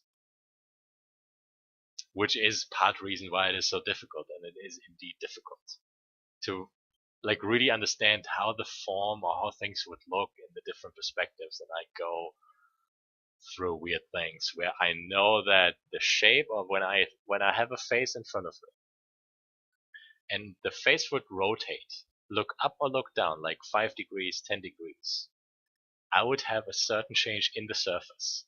If I then have the face in front of me and move the face up or down, horizontally or vertically, so that I would then again have a different impression of the surface, I would go to where I have to look at the lines in specific locations of my weird looking geometric grid form thing to figure out the difference, so that I can actually draw it like it is rotated, otherwise understand it differently, and then draw it like it's just up or down movement. And there is a difference. There is a difference. Usually, the changes that I'm looking for are basically the changes that you would observe if you have a face very close to your own. And this is the face that would just move up or down. And you observe the changes in the perspective, and then it would tilt like this. And you would observe the changes in the perspective and the angles, which again can be translated into something more simple, where you have the box in front of you. And if the box rotates, you would see the top plane. It doesn't change angles. All I really do is I show the plane, and this I have to have distortion, which means if the face is tilted down, I want to show the depth. And the face is actually below me as well, so my eye level horizon is up top. But it's a good example of the face actually being below me, and it looks like it is tilted. How would I like improvise the difference and show both, or just show the one? So that I show the face rotated, but it is rotated in front of my face instead of below me or something. And I know there is a difference, and I observe the difference during my 3D modeling times. So I know it is possible to actually get there, and I would get lost in my spiraling science just for the sake of I want to figure this out for whatever reason. Maybe I shouldn't, because I should concentrate on other things, but it's fun stuff. And still, like figuring this out ultimately is there to improve my arting skills, to improve what I can draw, how I can draw. Do you ever draw in a 3D object and making what? What? Do you ever draw in a 3D object and make a drawing? Wait, make drawing look like 2D. I'm confused. Oh, wait. It's like you have a 3D something, like a building, and on the building wall is a drawing or a painting of a cube, or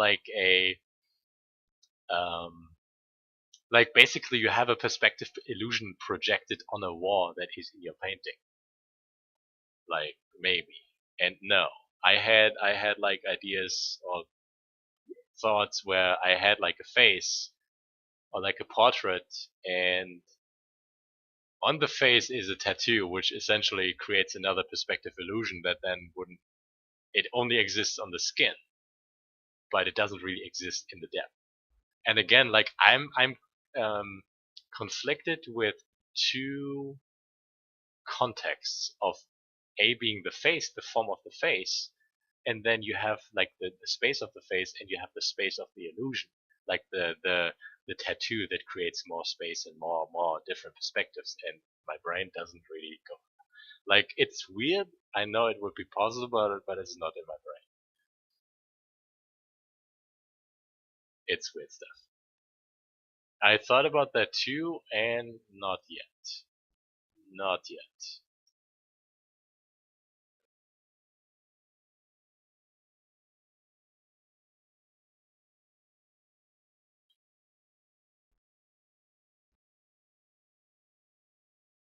Yeah, the science continues.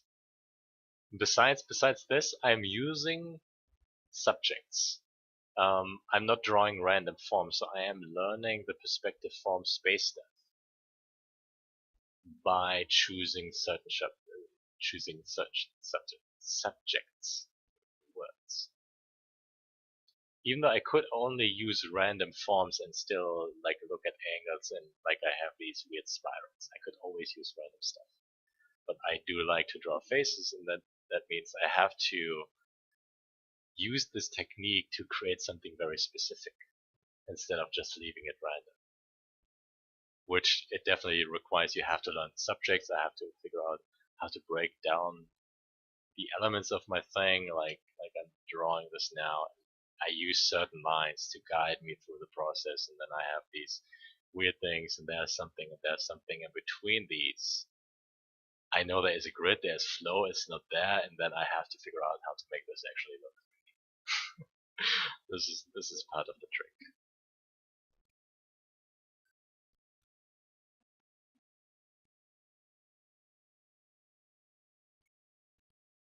And I'm going for a very specific impression. I want to draw the face like it feels to me when I look at it. I just get this impression from my drawing, which means for the shapes that I have, like the squares or like weird looking fleshy things or spirals or whatever, I have to have a very specific angle that runs down, changes in certain locations, does something so that it actually fits.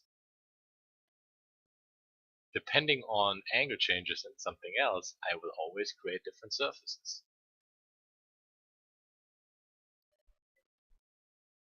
Cells do make grids, yes.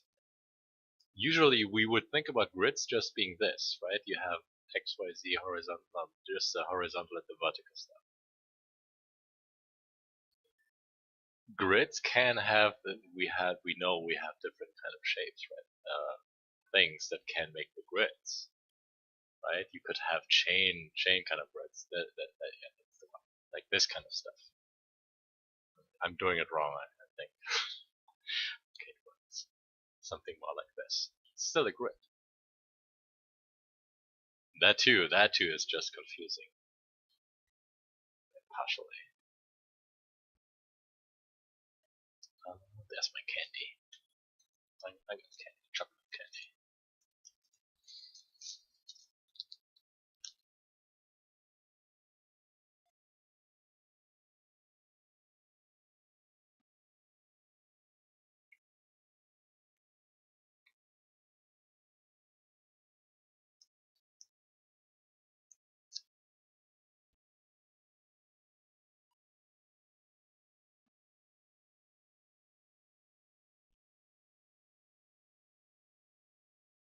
So in part, my drawings are actually more fine than I would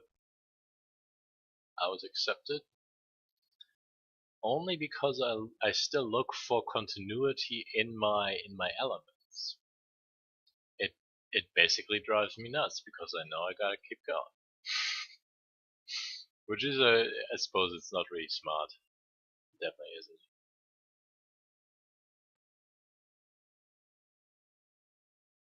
Gotta manage things. Oops. So the tear duct of the eyes is fairly simple. It looks like this, right? You have either the loop, basically the roundness, and then you have this thing. Otherwise, it kind of looks like a weird pocket, and then this goes black, which is the skinny stuff and the wet stuff, and the connection is the eyeball. So whatever line I would draw, it is automatically the eyeball. This just goes in, and then I would have the values to show there is actually some kind of ball or round form or volume. The other end is I don't get it. I don't get it. It's a point, and then you have this on the bottom for the lower eyelid, and maybe nothing, and you have these things, eyelashes, but you have this one. So I would look at this like I have a point, and this goes up, and this goes down. This is how I look at this. I would have this basically have a volume, so there is a plane, which turns this into a weird box. I have the same thing on the bottom. This goes around, and I have to actually show that this goes around. So again, I'm aware I have to figure out where is my eyelid horizon. This too, the upper eyelid also goes round. So I can choose to hide this plane and not draw it. So all I would draw is this. But I still know there is a plane that has the volume, like the depth. And sometimes it shows partially, otherwise there's this one.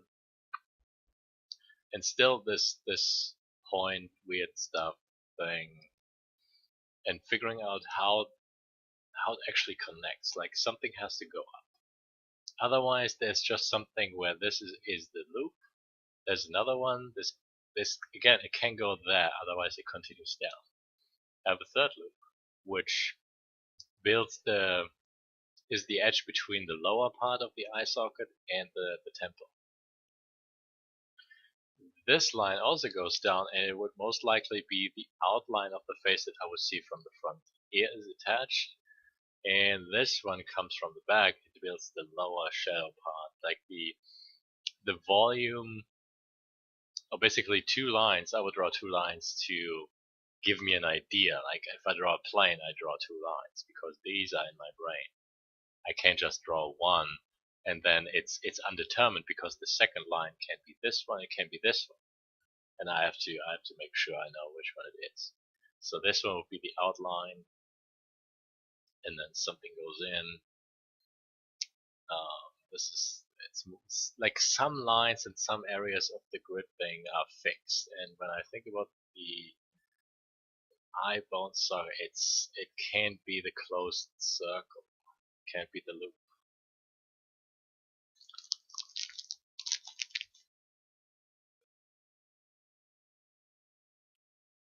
And still the eye itself, it looks like it is close because this is my tear duct, this goes up, there's my bubble, and then I have these two things connect to the point, which I was drawing earlier.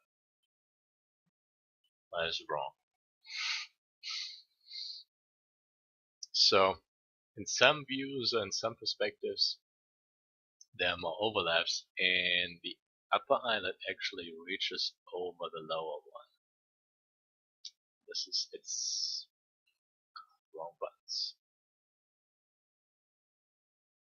This actually goes over, and the lower eyelid, it's like wrapping around and hanging over like a weird sausage. It comes from the lower eyelid, basically, from the upper eyelid, as weird.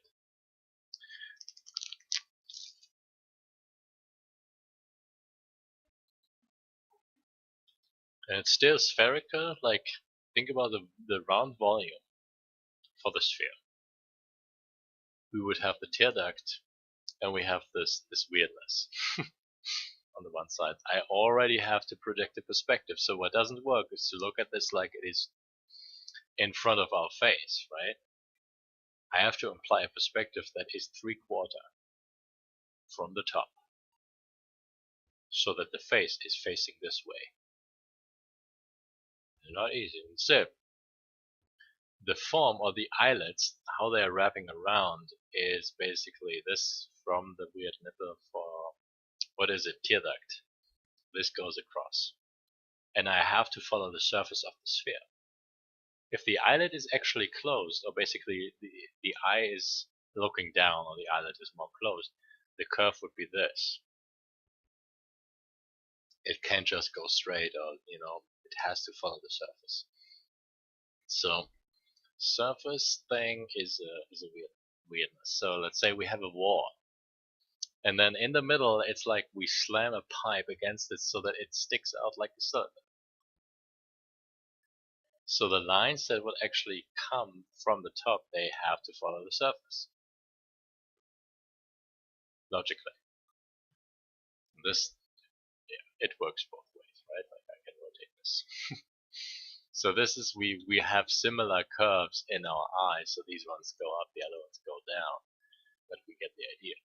So again, depending on the perspective, and I have a fixed perspective where I see the eye from the top. If I have this one, I would definitely see this plane, which is the depth plane between eyelid and eyeball. So ultimately, like the 3D-ness or this layering stuff is basically when I have the face. It's like understanding, imagine like you look at the face and I go from the furthest point that I can see, and this is me looking at the face. This is like the nose, the eye. I have to layer my steps and realize that where is the line that I'm drawing, because between this point and the front of my eyeball, this point actually connects to this line, and that means between these I have depth. When I draw my lines, I have to understand where I'm layering my lines. So every line has the inside and the outside, where this one is the depth to show that there is actual substance to my surface, so that it looks like an actual 3D thing.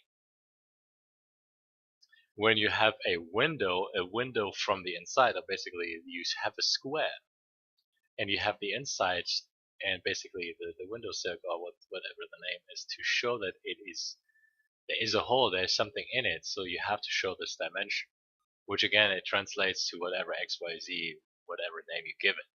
So what you don't see is this one, but it should show, right? Technically you can decide if you show the top one, but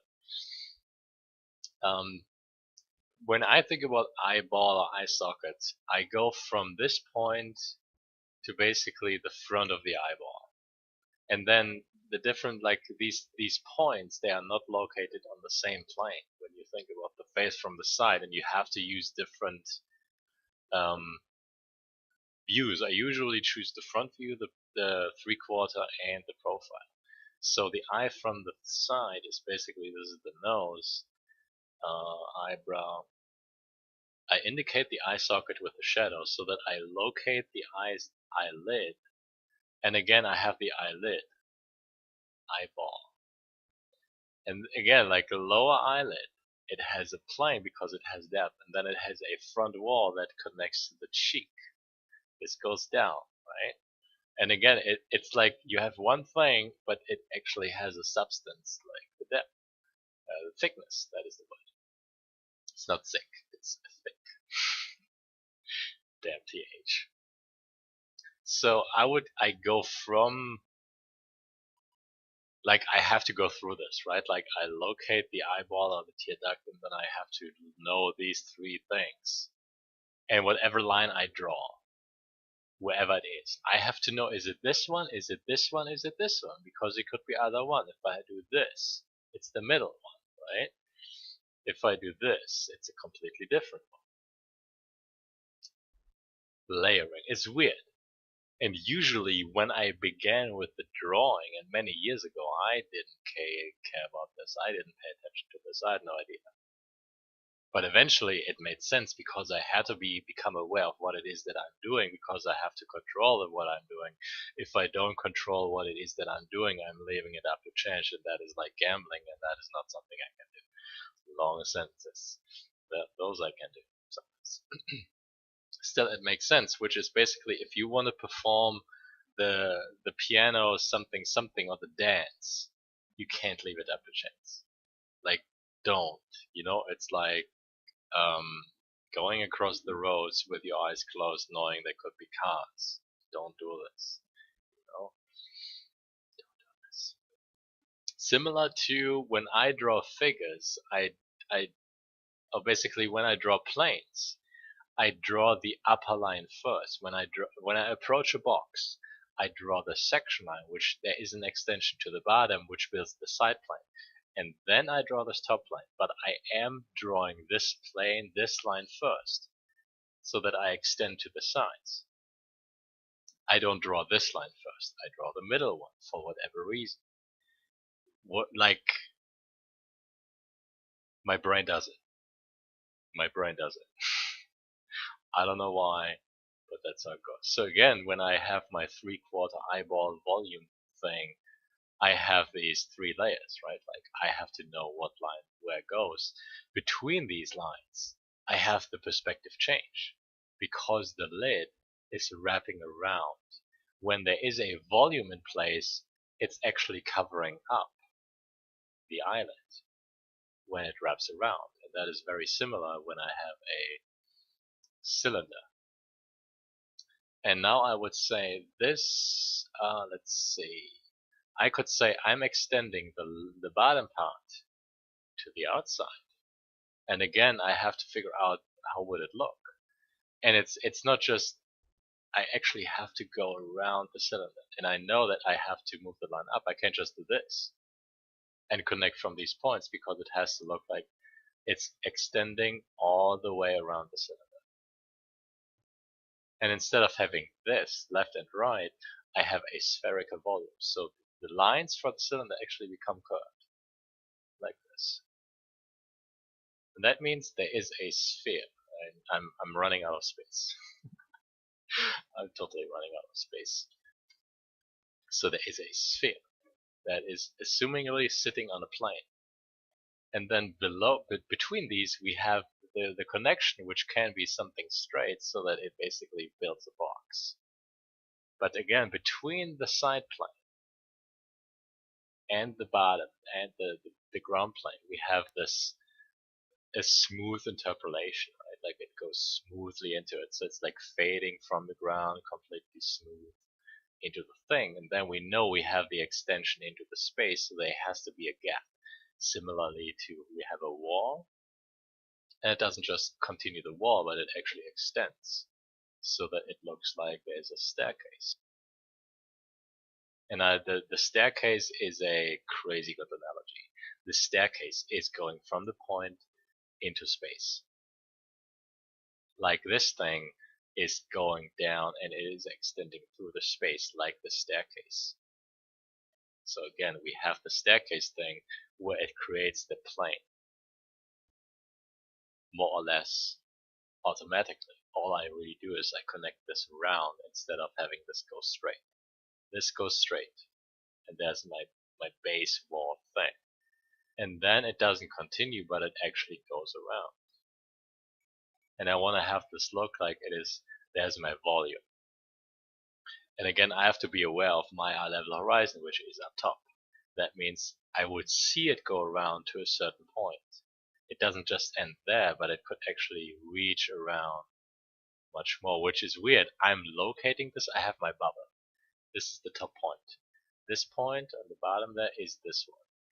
And I'm going up in space because this point is located up, right? I go up. It's weird. So I'm definitely running out of space. So I have this one. I look at this point and I say, okay, there's a ring. And then I go up in space and I cast it around. The illusion this gives you is your eye level is above. This is why you see this. If your eye level was lower, you wouldn't see this. You have your ring, it's like a hat, right? You have the thing, this is your main box, you have the lid. You have to raise your eye level from this location to this location.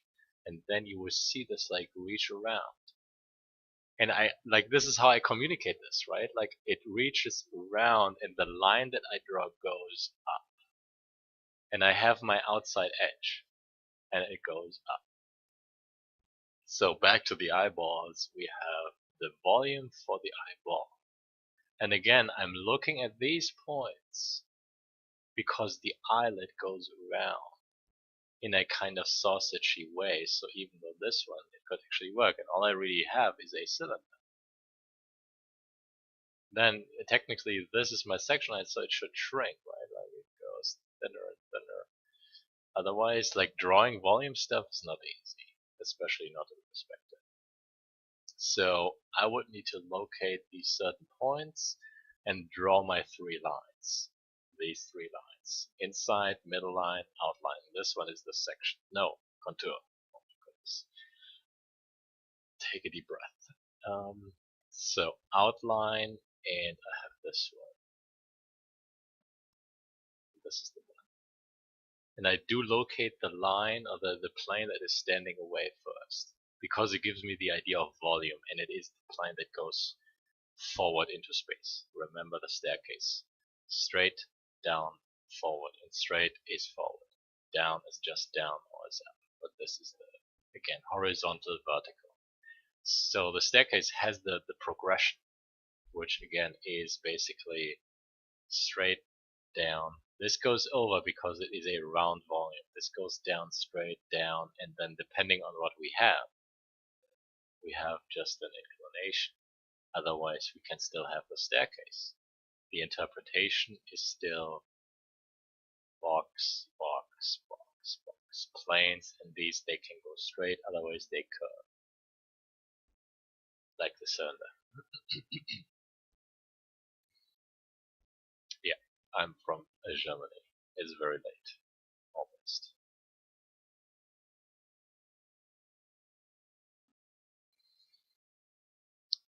Yeah, this is what I'm going through. The lower eyelid, and let's say we extend this to where we actually see this. This is where my brain sometimes goes blank.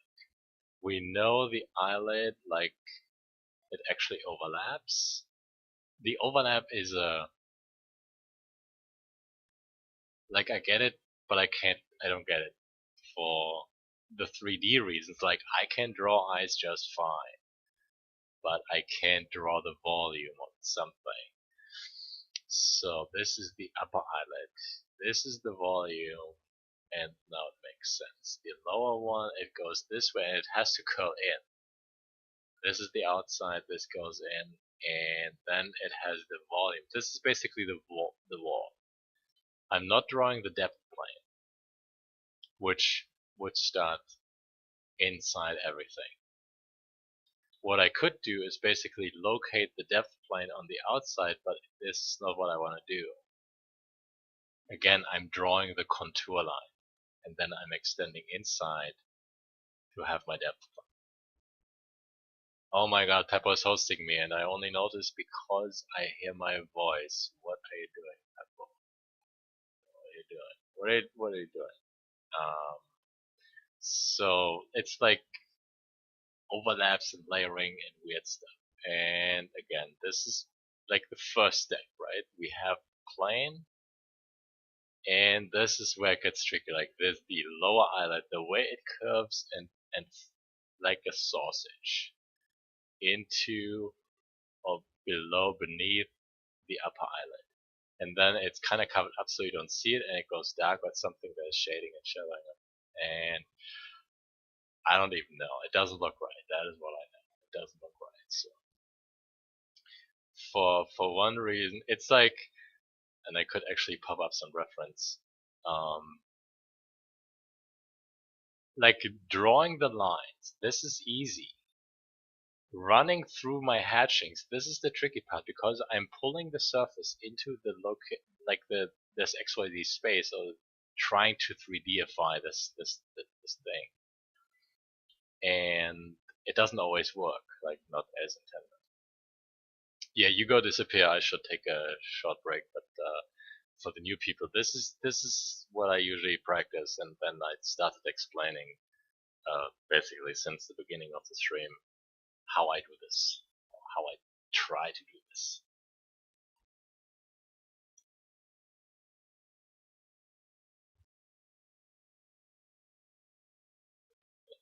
I hate the eye socket ball, socket bone, something, but this is, you see my practice, you see my eyes, you see the rings. I'm not even caring much about the face. I just put stuff together.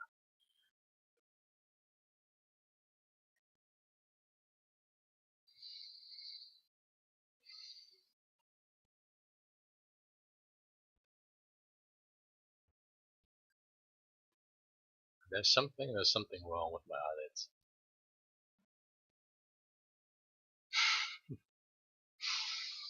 Upper eyelid is fine. Lower eyelid is I don't even know. It's a unfriendly fella.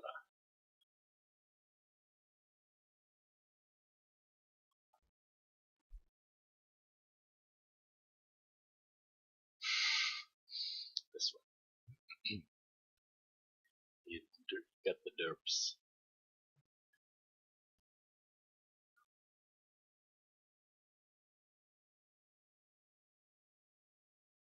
Besides the structure, whatever lines I draw, and that too is a tricky kind of thing, and I didn't think about this uh, for a long time.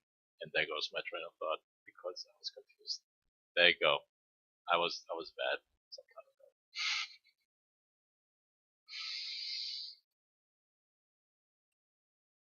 Oh my god! Look at this. Oh my god. Eyes. Well, okay, so the structure that I draw for eyes, and this is, everybody will just, well, let's just throw this down and say, wow. What I'm looking at is the perspective of this. I'm drawing it from the front, yes.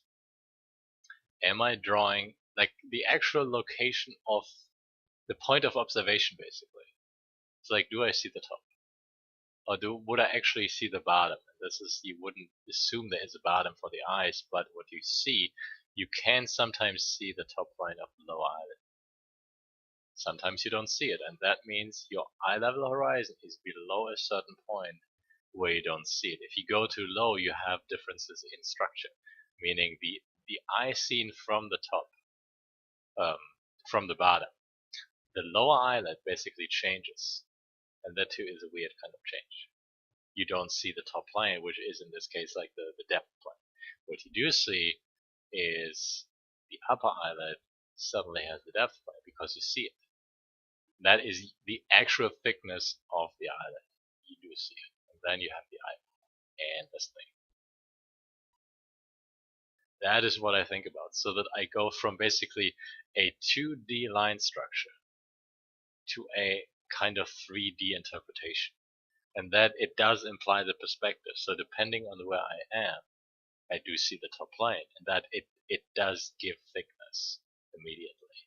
Depending on where I am, I would see certain planes give me tasty thickness. All the diseases.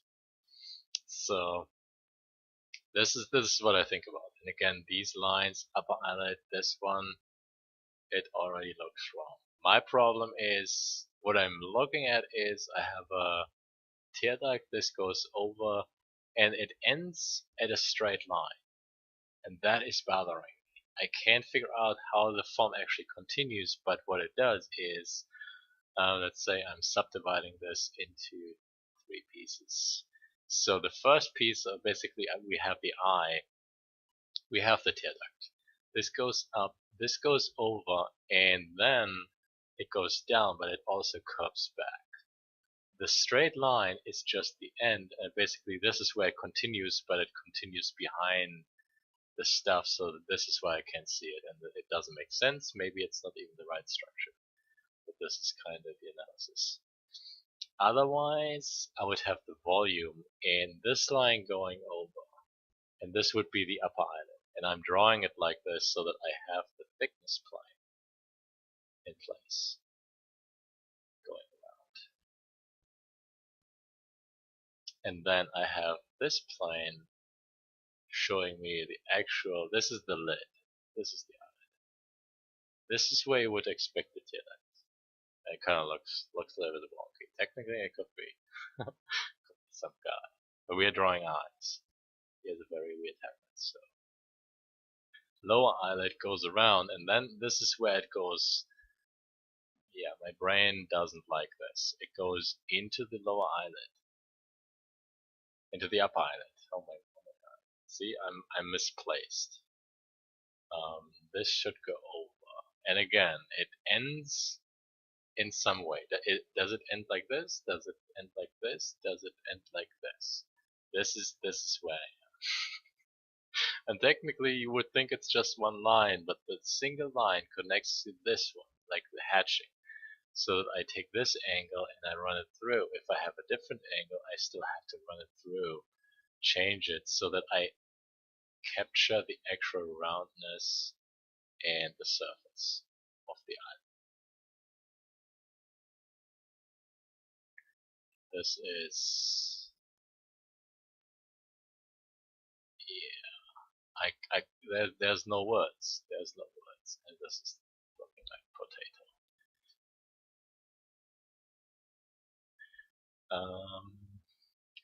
There is something is happening to these angles over across the shape of the eyelids. I should draw something else. I'm getting tangled up in the words eyelids. It's just I don't know, my brain.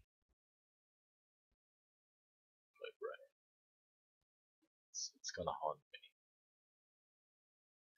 So this goes over. What I'm still looking at, like this spherical volume, and then something is covering this up, like it's going over, and then it's ending or flowing into the face, basically where the tissue connects, and it connects seamlessly. And that is the part that is just like it twists inside. So this angle doesn't make sense. It doesn't make sense. So it comes from the tear duct. It actually has elevation and thickness where it should sit on this weird looking inclination. This is flat. This goes straight, so there is a wall. And then this, it twists, it does something, and I don't get it. So what I'm seeing is that it would actually go straight wall, and then it just goes flat. It can't happen. It can't happen. Oh, brain place.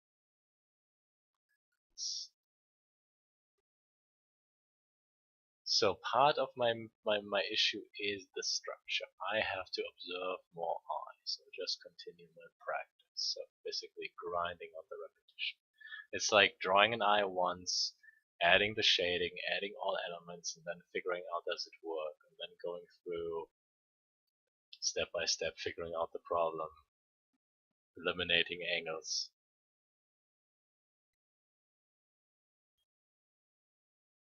So when I look at this right now, there could be a thickness, like the thickness plane. It could work quite well. And it makes sense. It definitely makes sense. This is the upper island thickness plane. And this would eventually be the eyeball. And the black stuff.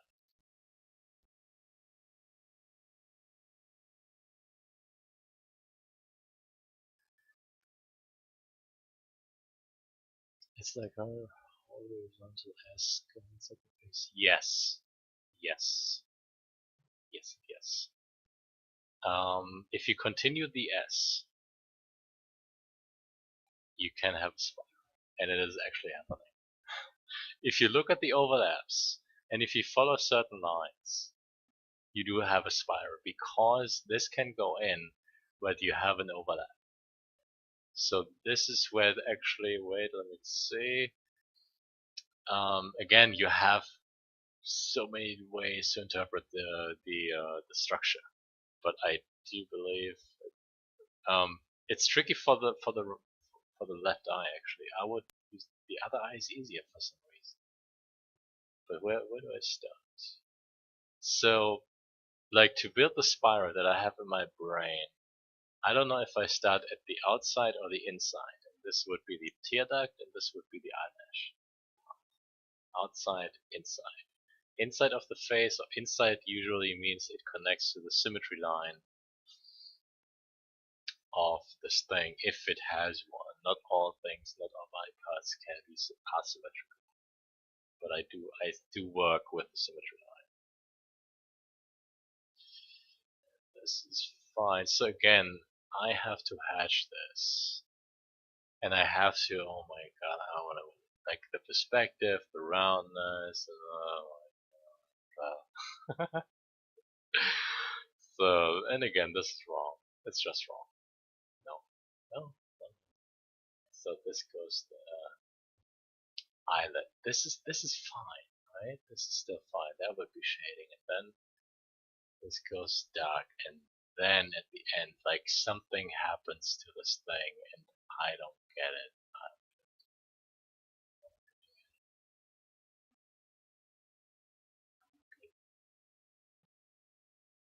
Like, the overlap is doing something. Let's continue.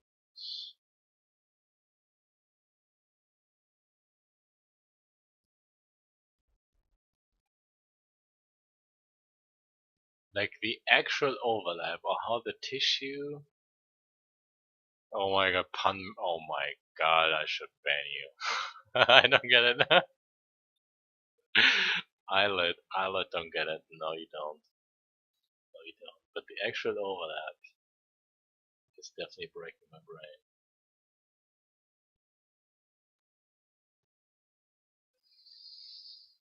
It actually breaks my brain.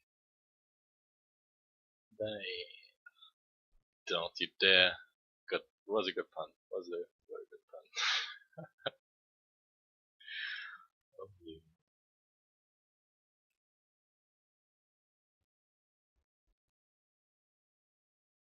This isn't working.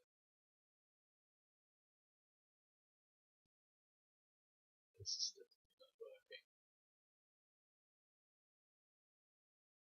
Sometimes I do stay off reference. I just try to follow my brain, and it's like concentrating more on this angle and hatching stuff and figuring out what the right surface would be, instead of I don't get all information that I need just from reference, because I can't see angles on the reference. That is where I have to go basically through try and try again and try and error and fix and do it again and stuff like this, until it makes click in the brain. Lower eyelid is easy, and I know this one goes over, and then the lower eyelid comes from this thing.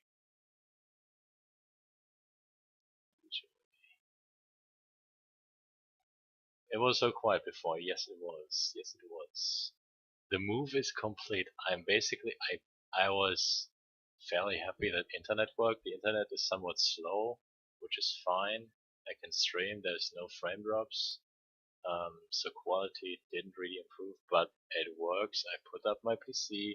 I was there before, like in the flat, in the apartment. I have all my art books. All my art corner, my art work corner is set up. My kitchen has food, and everything else is in boxes. Sounds good. And I should leave it in boxes until I move again in a couple of years, probably, or maybe in 10. Somewhere, sometimes, somewhere. And I said it earlier. So silent streams, they will be a thing. It's not like I will use the mic, yes. And so just so there's no surprise, like sometimes it's gonna be late, and sometimes I will be tired, and sometimes I just want to draw and concentrate on my stuff. And still, after the move, it was the thing that I said there's like I gotta kick things up, right? Like a couple of notches. So more teaching, more mic, more yapping, more ranting. Basically, I couldn't share my knowledge, and I do want to share my knowledge because I know there's good stuff. I know there's good stuff. Let's say just so there will always be new people that don't know that I sometimes don't yap when I'm on stream. Like I can't force myself. It doesn't really diminish myself as a streamer. So I'm a human, right? I can do what I want mostly, and I do wear pants because I'm a big boy. Kappa, kappa, kappa, kappa.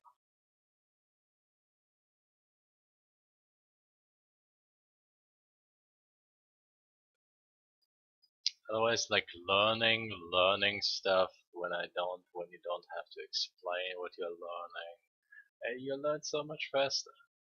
Just try it, you will see. It's intoxicating.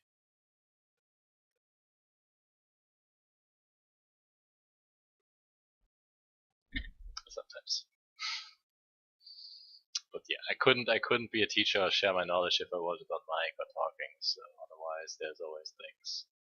Sometimes I have bad days and I feel like drawing, I don't necessarily feel like yapping. Talking, teaching, making something. Maybe I should definitely have no mic, so maybe something's making sounds. Okay, if there's actually bats outside, that would be a surprise. That would definitely be a surprise if there's bats outside. And at this time, 3 a.m., there shouldn't be any birds, but bats make these echolocation sounds. And it can't be mice. Definitely can't be mice. Fascinating. And I do have a window open.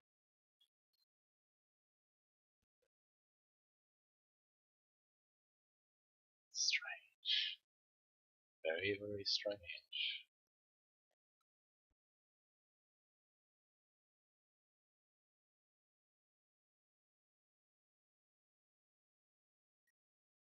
What are you missing? Are you missing an arm? What?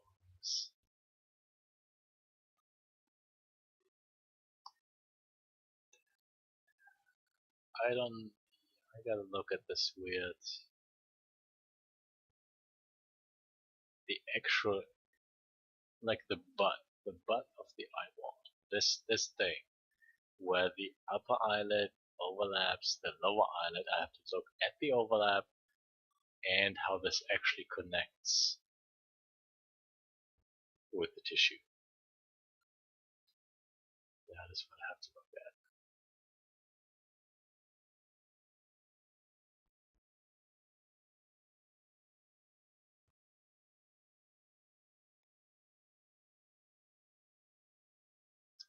Yeah, on top of this, and again, I sometimes I don't think about this because that is part of the tricky, the issue.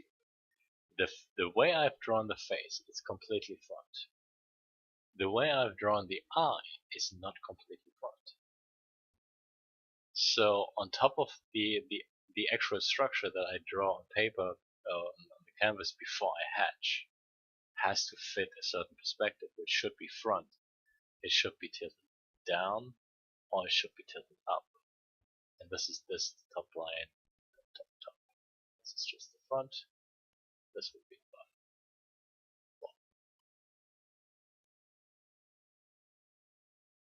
And this is I can rotate things when I know the structure, which again is simple for the cube because all you do is you extend the box by one plane, depending on where the plane is. You see the bottom or you see the top.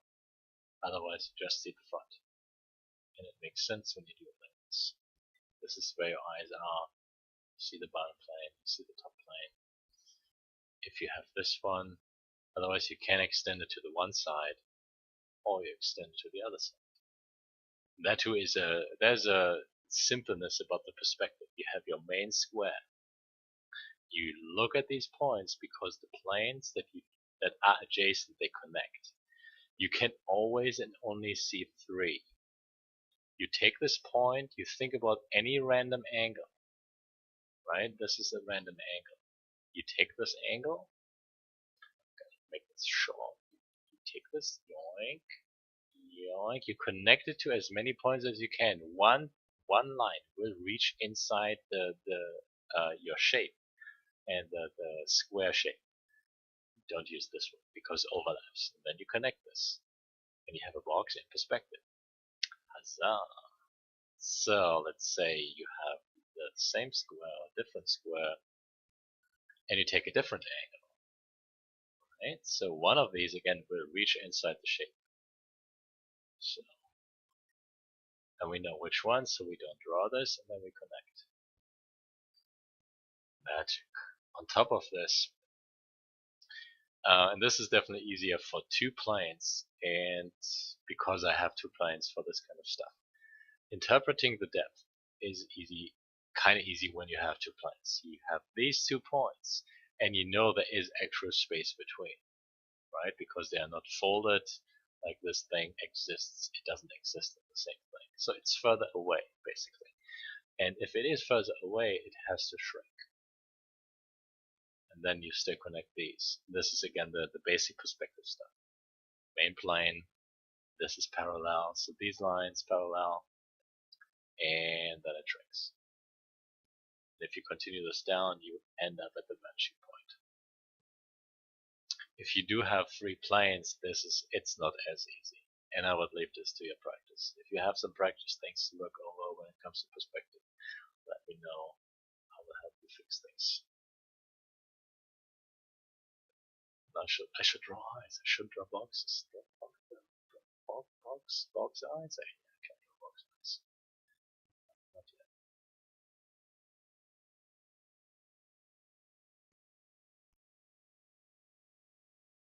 Okay, now I gotta go into space. I don't want to go small. No. This. Space. Have some space. What's this one? View angles.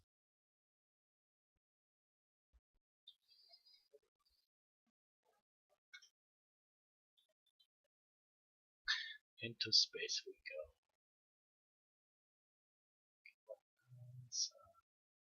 Okay, sometimes you can't rescue yourself. When you kind of do the wrong line, and I'm definitely winging it. I'm not really paying much attention. I just follow my systematic space building process. Like in a different reality, this is like most generic. In our reality, it could actually be interesting. I wouldn't know because I'm doing it. I'm not considering this as a visual experience. Okay, this box is redundant.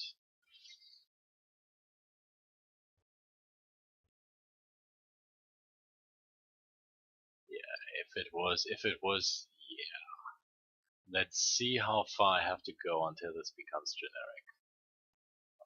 Like even into my own standards, because what could I possibly do to make this generic? I would have to do some really funky things. Yeah, I like this one. Okay, this is where we spawn, right? And then you gotta press the jump button, and you have quick time events, and there's a level up, and you have secrets, and then it's over, and you gotta buy the DLC. Yeah. And it's gonna be bugged on release. It's gonna be very bugged on release. No HD 4K textures, it's just gotta pay for those.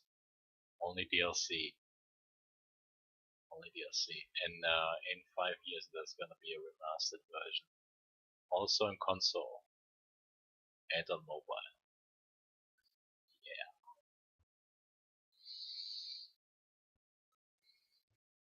Okay, what is the time? What is my time. It's not 3. I started late. I definitely started late. Obviously.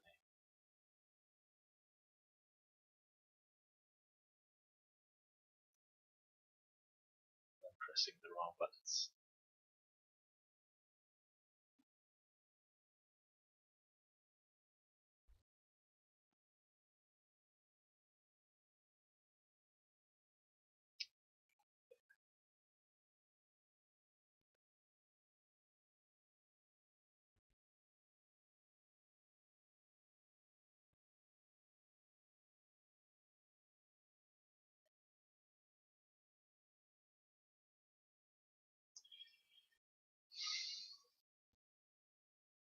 I think there's something to roundness of this. Again, more terminology. Volumetric roundness. 3-dimensional volumetric roundness. 3-dimensional roundness, volumetric, whatever. And distorting space. Let's say look at just an eyeball and the eyelids of the face, but only this place with the fisheye lens, or like a macro lens. You have a funky distortion going on. And I would just sit there, draw my diagrams, draw my mathematical weird equations to decipher the deformation of the actual geometric grid of this thing in XYZ space, and then determine what is going on with the perspective stuff. And there's something particular about this. No, it just bit me like a I don't know, shark. Bears, dogs, yeah, something like this.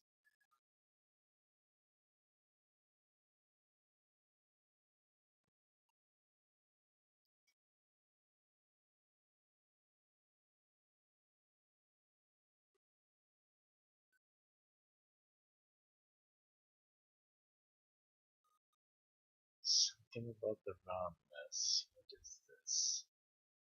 What are you doing to the brain?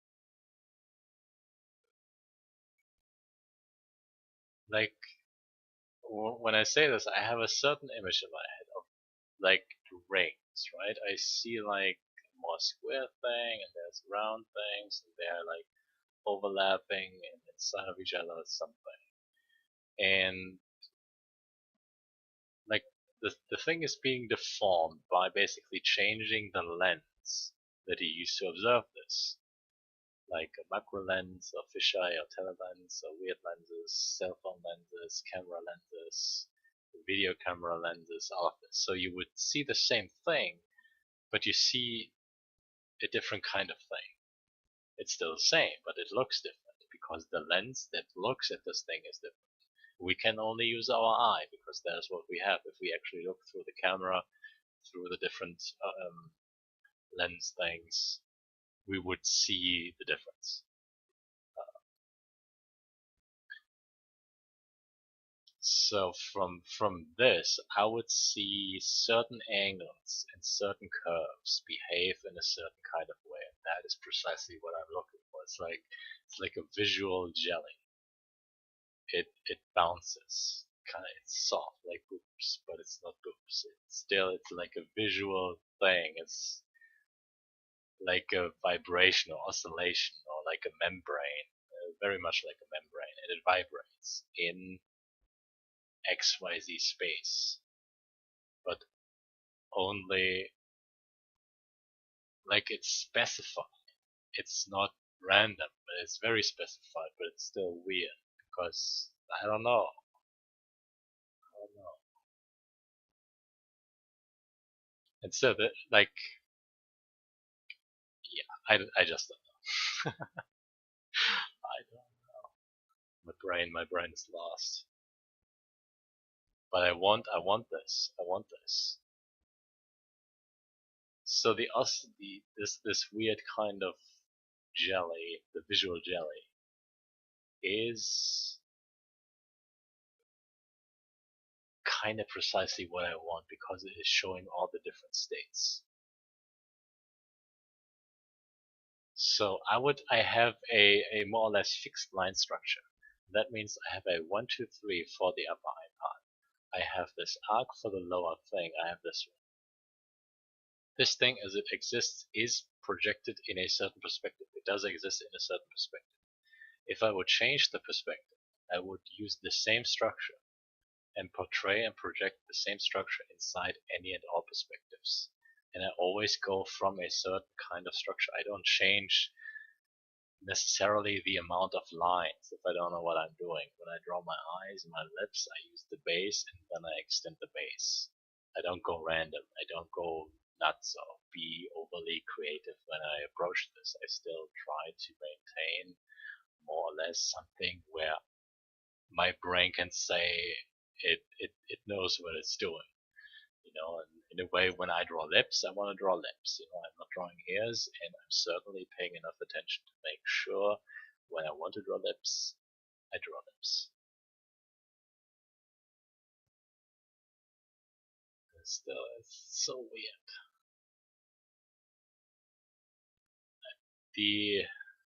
The line structure for this is very simple. My line structure for nose is very simple. Otherwise, the actual structure, I would go with something like this, and it shows me all parts in a simple kind of complexity, more or less. It does have perspective. It's not much, but it's there. The actual thing is much, much more complex. Like, I would need more lines, more swirls, more curves to actually portray the little indications of how the nostrils or the nose wings flow into the cheek part. Like, basically what happens around this. Even when you see the nose more from below, you can actually see this. Like, you see the main chunk. And again, I have 3 lines with layering, right? You have this stuff, the black stuff.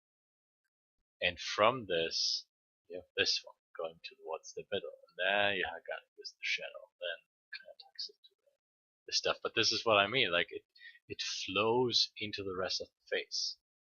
When I work with just lines, it looks like this, but it's very hard. It doesn't really, like, it collides, right? Like, it hits the wall and then it does this. It should actually flow into the rest. Something. So the line structure is usually it's very harsh. It's too hard. And then indicating how the surface actually connects with the rest. That is the tricky part. It contains too much complexity, too many lines. I need this one. This is the shadow. Then there's one that goes around. This is the one that connects. And then there's still this one coming from this middle, the nose nipple. So it's like the bridge between nose tip and the upper part of the lips. So it looks like boogers and nosebleed. Definitely nosebleed. But again, the connection is somewhat complex. Then simplifying this into the simple line structure and still making it look like something.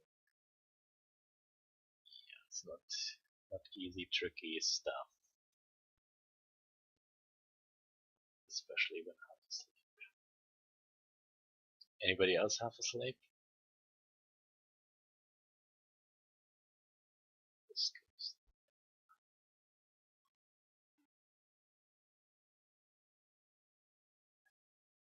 It works so easy for the nose. The structure or the surface that is there is easily visible. It doesn't overlap like the upper and lower eyelids. I don't know how to end this. Like, I have these 2 lines. And these 2 lines, they have to do something. So there's one line coming from the lower eyelid and it is sitting on the inside of the eyeball, and it should actually connect inside and be overlapped from the upper. And this is, I don't get it. I don't really get it. Okay, this, okay. It's like a thing, right? It comes from the point. This goes up because it connects with the rest of the face. This connects to the rest of the face. And then there's this one. And it's actually very weird. So if it's not coming from a single point, it comes from a ring, which in the middle has the point.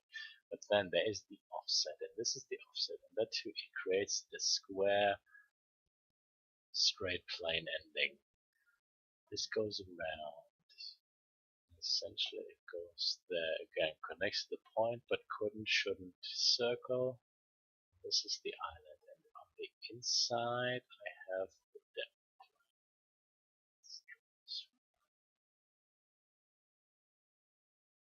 This is the volume. This goes around. Okay, lower island. It should come from the inside. This goes around.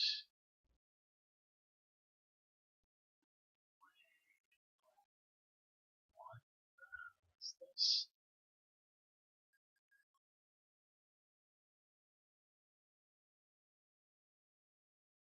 There. Okay, there is an offset with the eyelets. The eyelets, they don't cover up the thing. The upper eyelid only covers a part. The lower eyelid is hanging, and this is why there is an offset, which leads to the thing. What is it? The thing. It looks like it's being pushed or pulled, and this is why this looks like it's going in. This goes around, then it does something, and it looks like it's going back, like it's extending in outwards, and then it does this. And it definitely is right. I can't really explain it why it is right, but it's right. And it looks like. So when I thought about the face, I'm like, okay, the upper eyelid, it covers up the eye in the middle, the eyeball, and it's actually like mostly covering, you're cutting it in half almost, but it's not. It's only on the top, and the lower eyelid is actually extending all the way, like it goes into the thing, and then this goes over, and the lower eyelid is like coming from behind and it's extending outwards like the sausage. Oh, oh my goodness. Round potato. This is the overlap. This is cover up like the roof. The lower eyelid, it wraps around the form, and this is why it extends. Holy shit. Oh, holy potatoes. This is straight, this goes there, and this is the eyelid wall. This is the one. This goes straight, and this should tuck itself in there. It actually should. No. Can you give me a profile of the lip area? What is um what is the lip area? A profile of the lip area.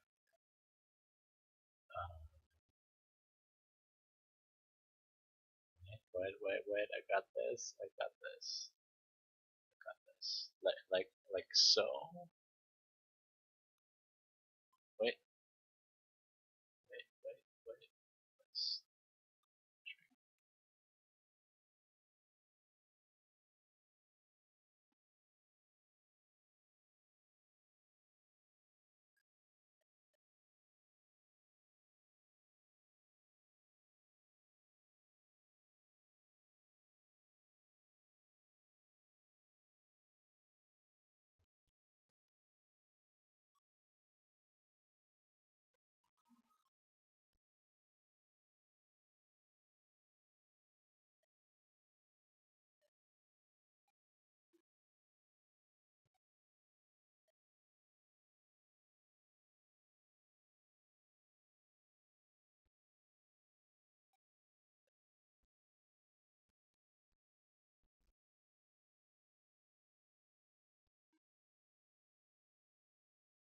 this actually makes sense. Thank you, brain. Love you, brain.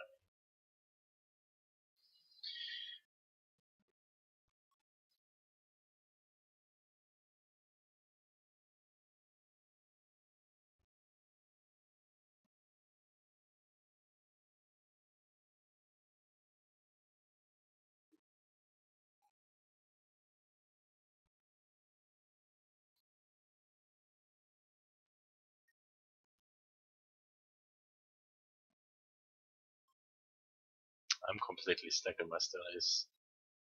Anybody else drawing stuff, listening things? Maybe I should just go to sleep.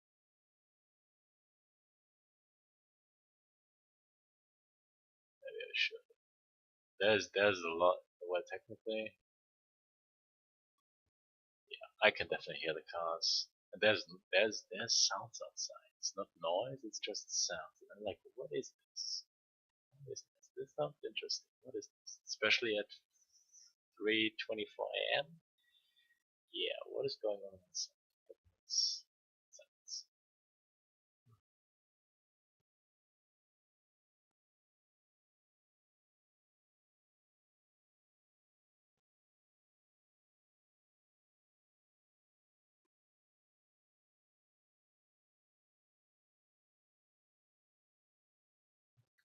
Okay, it does make more sense. It does. And oh my god, it makes so much more sense. It's two things. It's two things. So the lower eyelid is it's a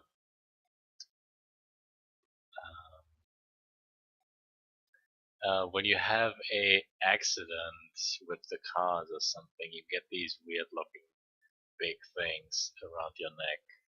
How do you call those? To stabilize. How do you call those? Neck collars or something? The cast. Yeah, some like a round neck cast something. So it's not straight, but it actually wraps around the low. You have two lines, which is the up and low, and the up has the plane to show the depth. So the difference between having the top plane is actually this, right? You have no top plane, you have a more or less smooth connection. If you have a depth plane to show that it is standing away, that is the plane. And the island, this is the lower eyelid. Technically, it has a depth, right? Like two of those. Um, but it doesn't really cover up the eye. It hangs in it, or it hangs on the bottom. So from the side, this is the eye, and basically this is your lid, and this is the depth plane, and this is actually your face, and this is why it looks like this. It makes sense, right? So the upper eyelid, it actually hangs across, and this is the depth plane. So technically, this is the depth plane, and this it goes over the lower eyelid. So the lower eyelid it curves into this, and it looks weird, but it makes so much more sense. Okay, I shouldn't curve the depth plane. Lol. Shouldn't curve the depth plane. But it like what it does is the volume of the eyeball it extends. Let's say it extends upwards. So the eyeball is not straight centered like this. The eyeball axis is like this. And the part that we see is basically this one. This is the part of the eyeball that I've drawn. And we would assume the eye is looking down, but the black stuff of the eye is looking straight. The eyeball axis has a tilt. This goes in. This is the eyeball depth plane. And this is the one that wraps around. Basically the volume. It kind of like tucks in. You can't see it because it like overlapped. But this would actually continue. and still it forms like this kind of color cast where this is the bubble. It's like an egg. You have this egg, and you have a connection like this. This is basically your depth plane. Then this one goes around. So this is the sun plane. And if you continue this, it's like wrapping itself around because it seems like the eye is pushing, or it's like a hammock. You have eyelashes, and between you have your hammock. And you are this fat-looking eyeball blob that's just sitting there inside the hammock, um, being all potato, doing things, drawing. And the eyelid, it forms a certain kind of shape. And it looks like the eye is pressing itself forward, which is it's completely awkward because that would mean like the eye just sits there, but there's actual force applied so that it looks like the eye skin is being pushed forward. Something. Sound as if it should overlap, and it's like so big. This is what am I seeing in my brain?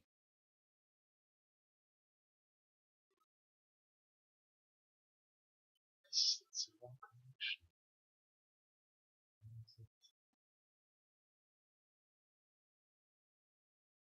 Okay, my brain is seeing weird things again. I've gotten 2 steps closer. I've gotten 2 steps closer. Stop making metaphors. No, no. I've mastered it. It's one thing yeah, I should, right? I should, especially at almost 4 a.m. But there's eyelids and hammocks.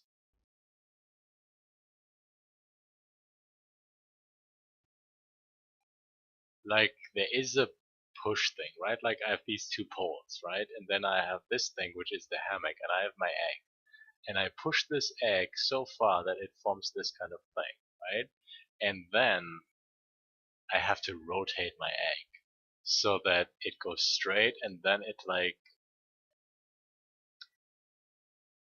fuck, excuse the language, but it does something, and this is what I don't get. Like it should follow this inclination, but this is wrong. Like it actually forms a wall that is overhanging or overlapping. This is my depth plane. This is fine. This is fine. What I'm thinking, what my brain is telling me is that this is wrong as a wall. It should connect like this. And this is actually the connection between eyelid and face. But it doesn't give me the impression that I need. And I think again that this thing that I have in my brain is an eye seen from a certain point of view, and the actual face has a tilt. It's not completely straight, and this is like this eye on the right side is more seen from this from straight on. The eye on the other side is not, but it looks like this, and I should do this.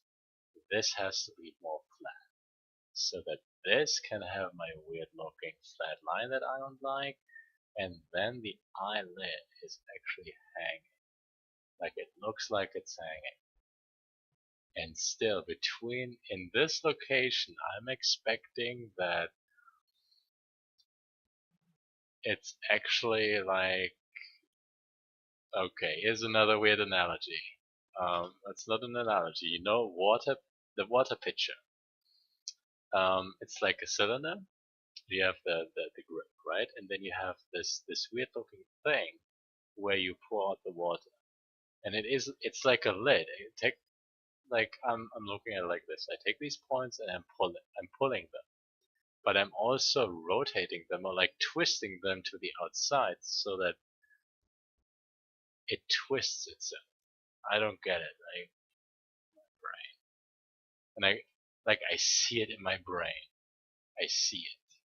But it does not make any sense. There's something in the line, something in my hatching, something with the drawing that I have to obey to create this impression. Only stuff.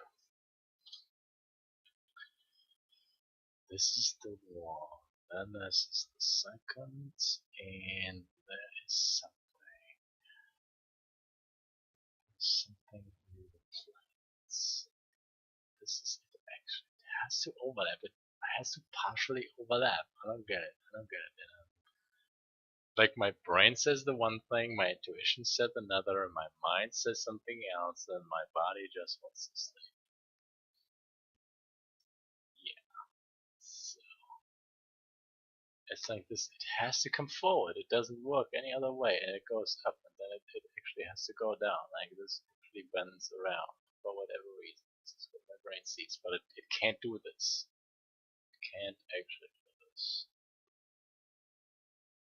Like I want to draw this down. It makes no sense. It makes no sense. Like it's actually like a lip, and it's hanging there. Like pull your lip down.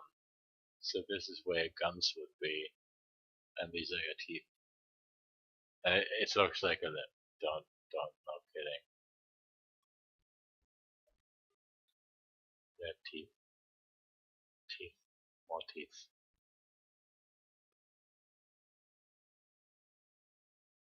There's something in the surface. Oh, brain. There isn't overlap. Okay, this is like structural weird surface engineering kind of stuff. So what I'm trying to analyze is the planes of the eyelid, and I'm separating them. So eyelid, eyeball, you have the top plane, which is depth plane, and you have this one. This one connects through the face. This is where you have your tear duct. This one goes up. You have the depth plane for the upper eyelid. Well, I call it depth plane. It's just the one plane that stands away from the wall. This is my wall, and then suddenly it stands away. So this plane from the bottom is the depth plane. Just FYI. Um,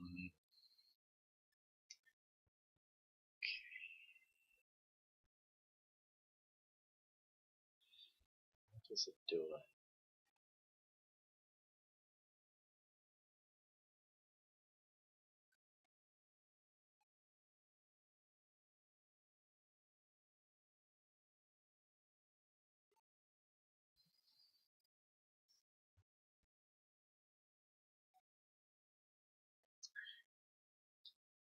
I don't get it. Too many eyeballs. Eyeball bone circuits.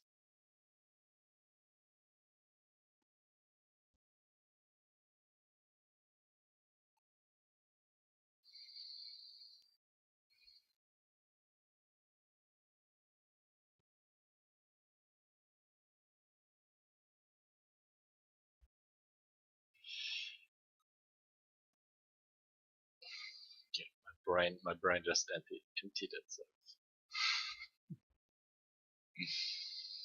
I don't mind. It will come back. It's gonna come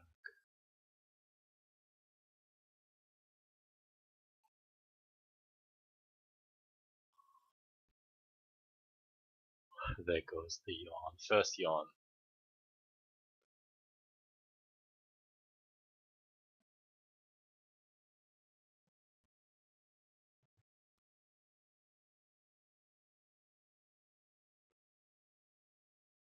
Fascinating.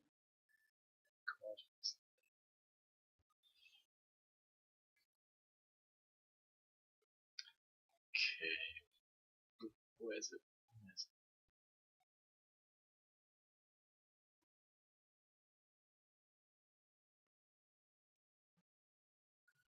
Yeah, there's just more conflicts. Like I have the plane that I try to deform,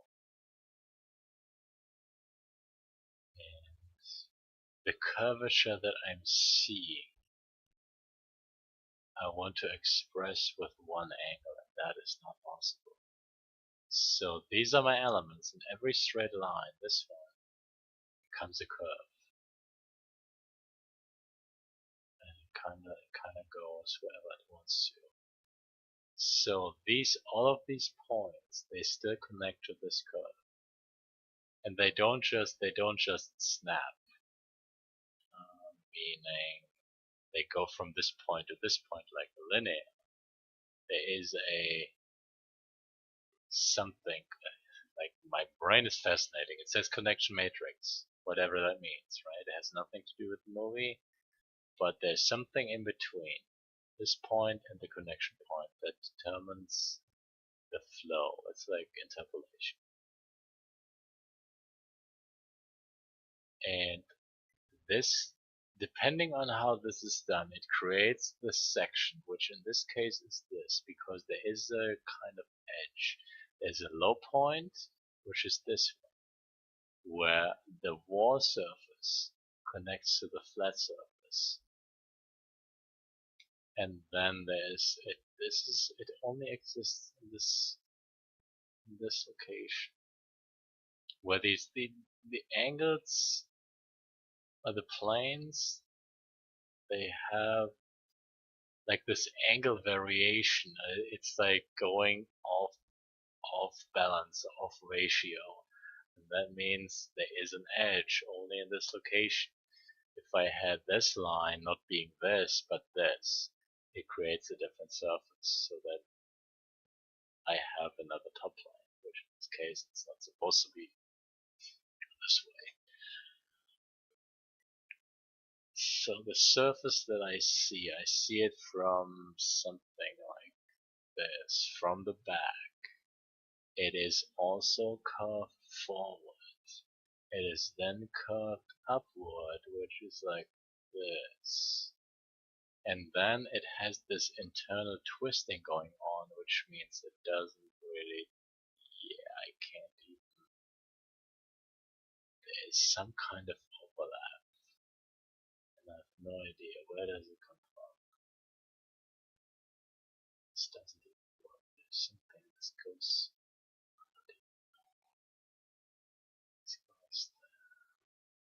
and there's so many similarities to lips. I have no idea why I'm actually following this down. Like, I'm drawing lips and I'm still thinking about eyes. And it looks still like lips. This is the one. This goes in. And then it comes back. This does one more. This also goes in. And this one should be the last one. This is the inside. Oh my goodness. Oh my god, we got it. We got it. This is for the layering, right? For the layer. I explained this earlier. This would be the connection for the eyeball. This is the inside of the depth plane. It's like the eyelid. Imagine the eyelid being this. And it's round, so it curves around. And it curves to the inside. So the connection between eyelid and eyeball is not completely straight and flat. The surface of the eyeball is round, and the surface of the skin is also round. So it has to do something. It can't just connect like this. And it can't just connect like this. So it has to connect like this, and this being, it creates a shadow. It creates something. So this is this, and this actually should go around. So this goes should. This is the tree. This is the one, and this goes around. And this technically can come straight. Straight at it. Oh, buttons. Oh my goodness, wrong buttons. Now I'm accidentally hitting the wrong pen buttons. They can't just be impossible.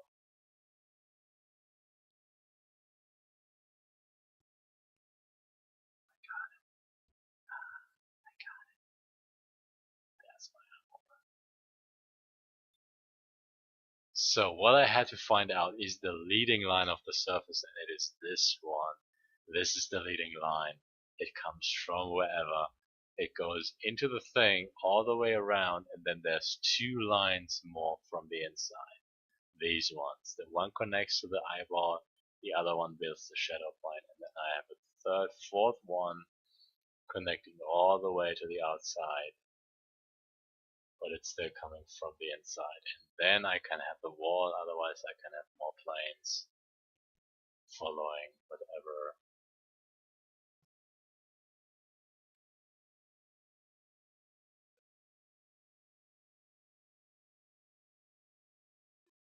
So this is my structure, and from this point it depends on my angle hatching, something.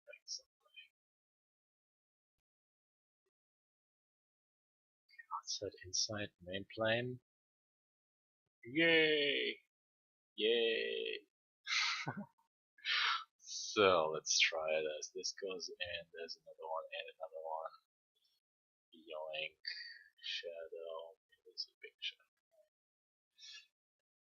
And there's something else. Oh my god, now we're getting somewhere. Because there is a... I don't even know what it is. It should be either to the right. This is like the weirdest thing.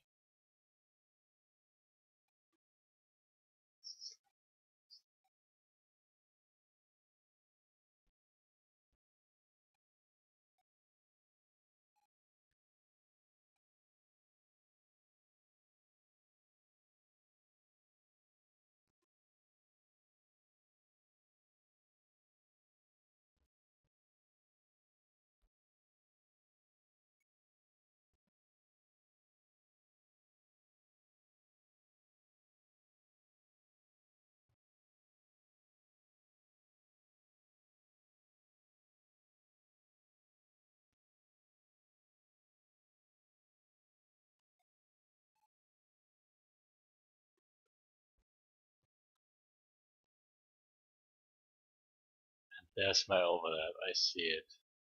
I see it. Anybody else see it? There it goes. There it goes. This is the lid, and that is the wall. And that is my overlap. Wow. 1, 2, 3, 5. 5 points.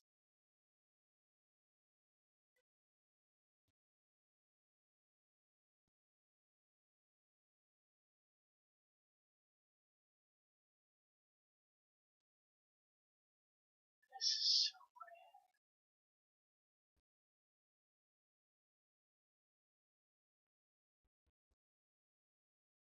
There's, again, like something else. My brain is telling me something else about like how to portray a certain rotation and how to portray a certain perspective. Which, like, surface rotation. Yes, you have a different perspective if you rotate your object. But that is not the one I'm talking about. So they're both, I guess. And then we have radius. Oh my goodness. Oh my god, it makes so much, it makes so much more sense than I'm talking into my glove. It makes so much more sense. There has to be a perspective, and that means the projection of the angle of my lines into my shapes would depend on the perspective I choose. The perspective I choose is determined on the radius. Or it doesn't make sense. It's not the radius. It would be the radius, but only if it has a certain point of reference. So I am using the radius, but at a certain point of the radius, or a certain point of the curve, brain, I have to have a certain angle, which then will portray this thing into the right perspective. All rotation. What?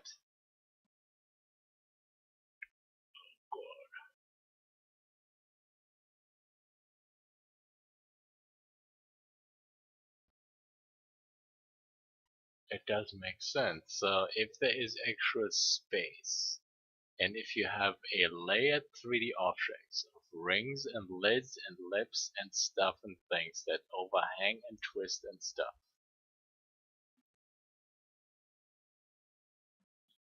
Yes, yes and no. My brain, somebody wanna keep drawing? I wanna go. No, I don't wanna go sleep. Somebody massage my brain so I can keep drawing.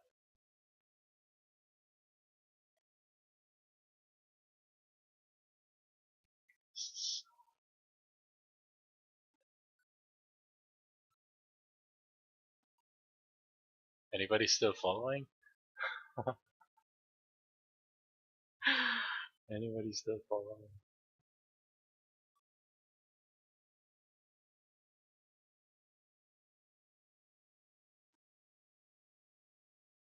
It does make sense. So when you have your weird thing that is organic and you deform it and then you extend it depending on,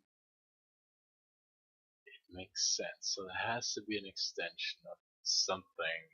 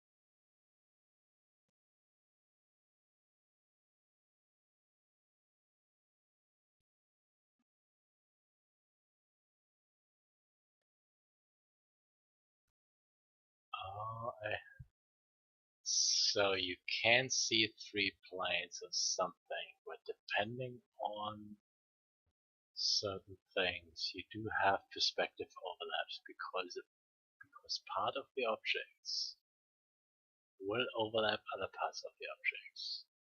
And that leads to leading lines, or leading surfaces, or flowing surfaces, or whatever it is. Like, look at a donut.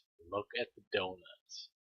And there has to be a certain area that stands out completely, and it is the inside. There's something happening in the inside that communicates the actual volume and the actual whole of the donut to your own brain. Because it is not this, and it is then not this. There's something happening, and I like this. I really like this. Find it, and you get a lot of boost points. Get a prize. Because it is not this. There's something happening in the visual structure of the donut, of the torus, or whatever. There are different kind of forms. So it's a universal thing that is bound to geometry, a certain kind of geometry or form properties of something.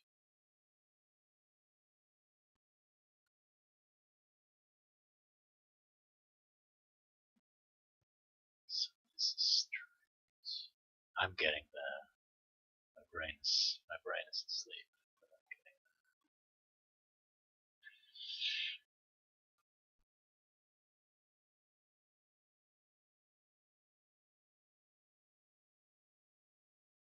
Anybody still awake? Can I draw the other eye? Do you want me to draw the same eye on the other side, or do you just want me to fill in the blanks?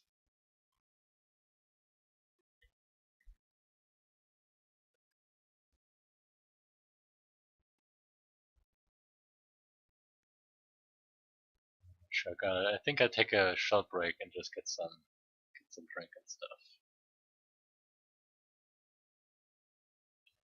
So, the same. Nah, I don't go for symmetry.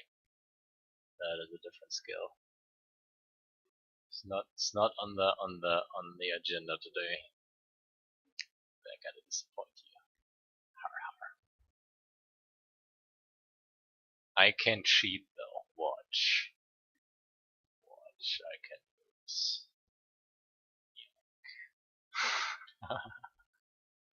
There you go.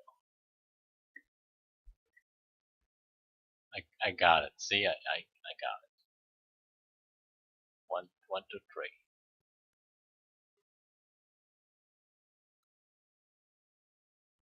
Does that count? Do I win? No, I don't win. So symmetry, good symmetry is a tricky thing. I'm not very good with symmetry. I'm not very good with symmetry.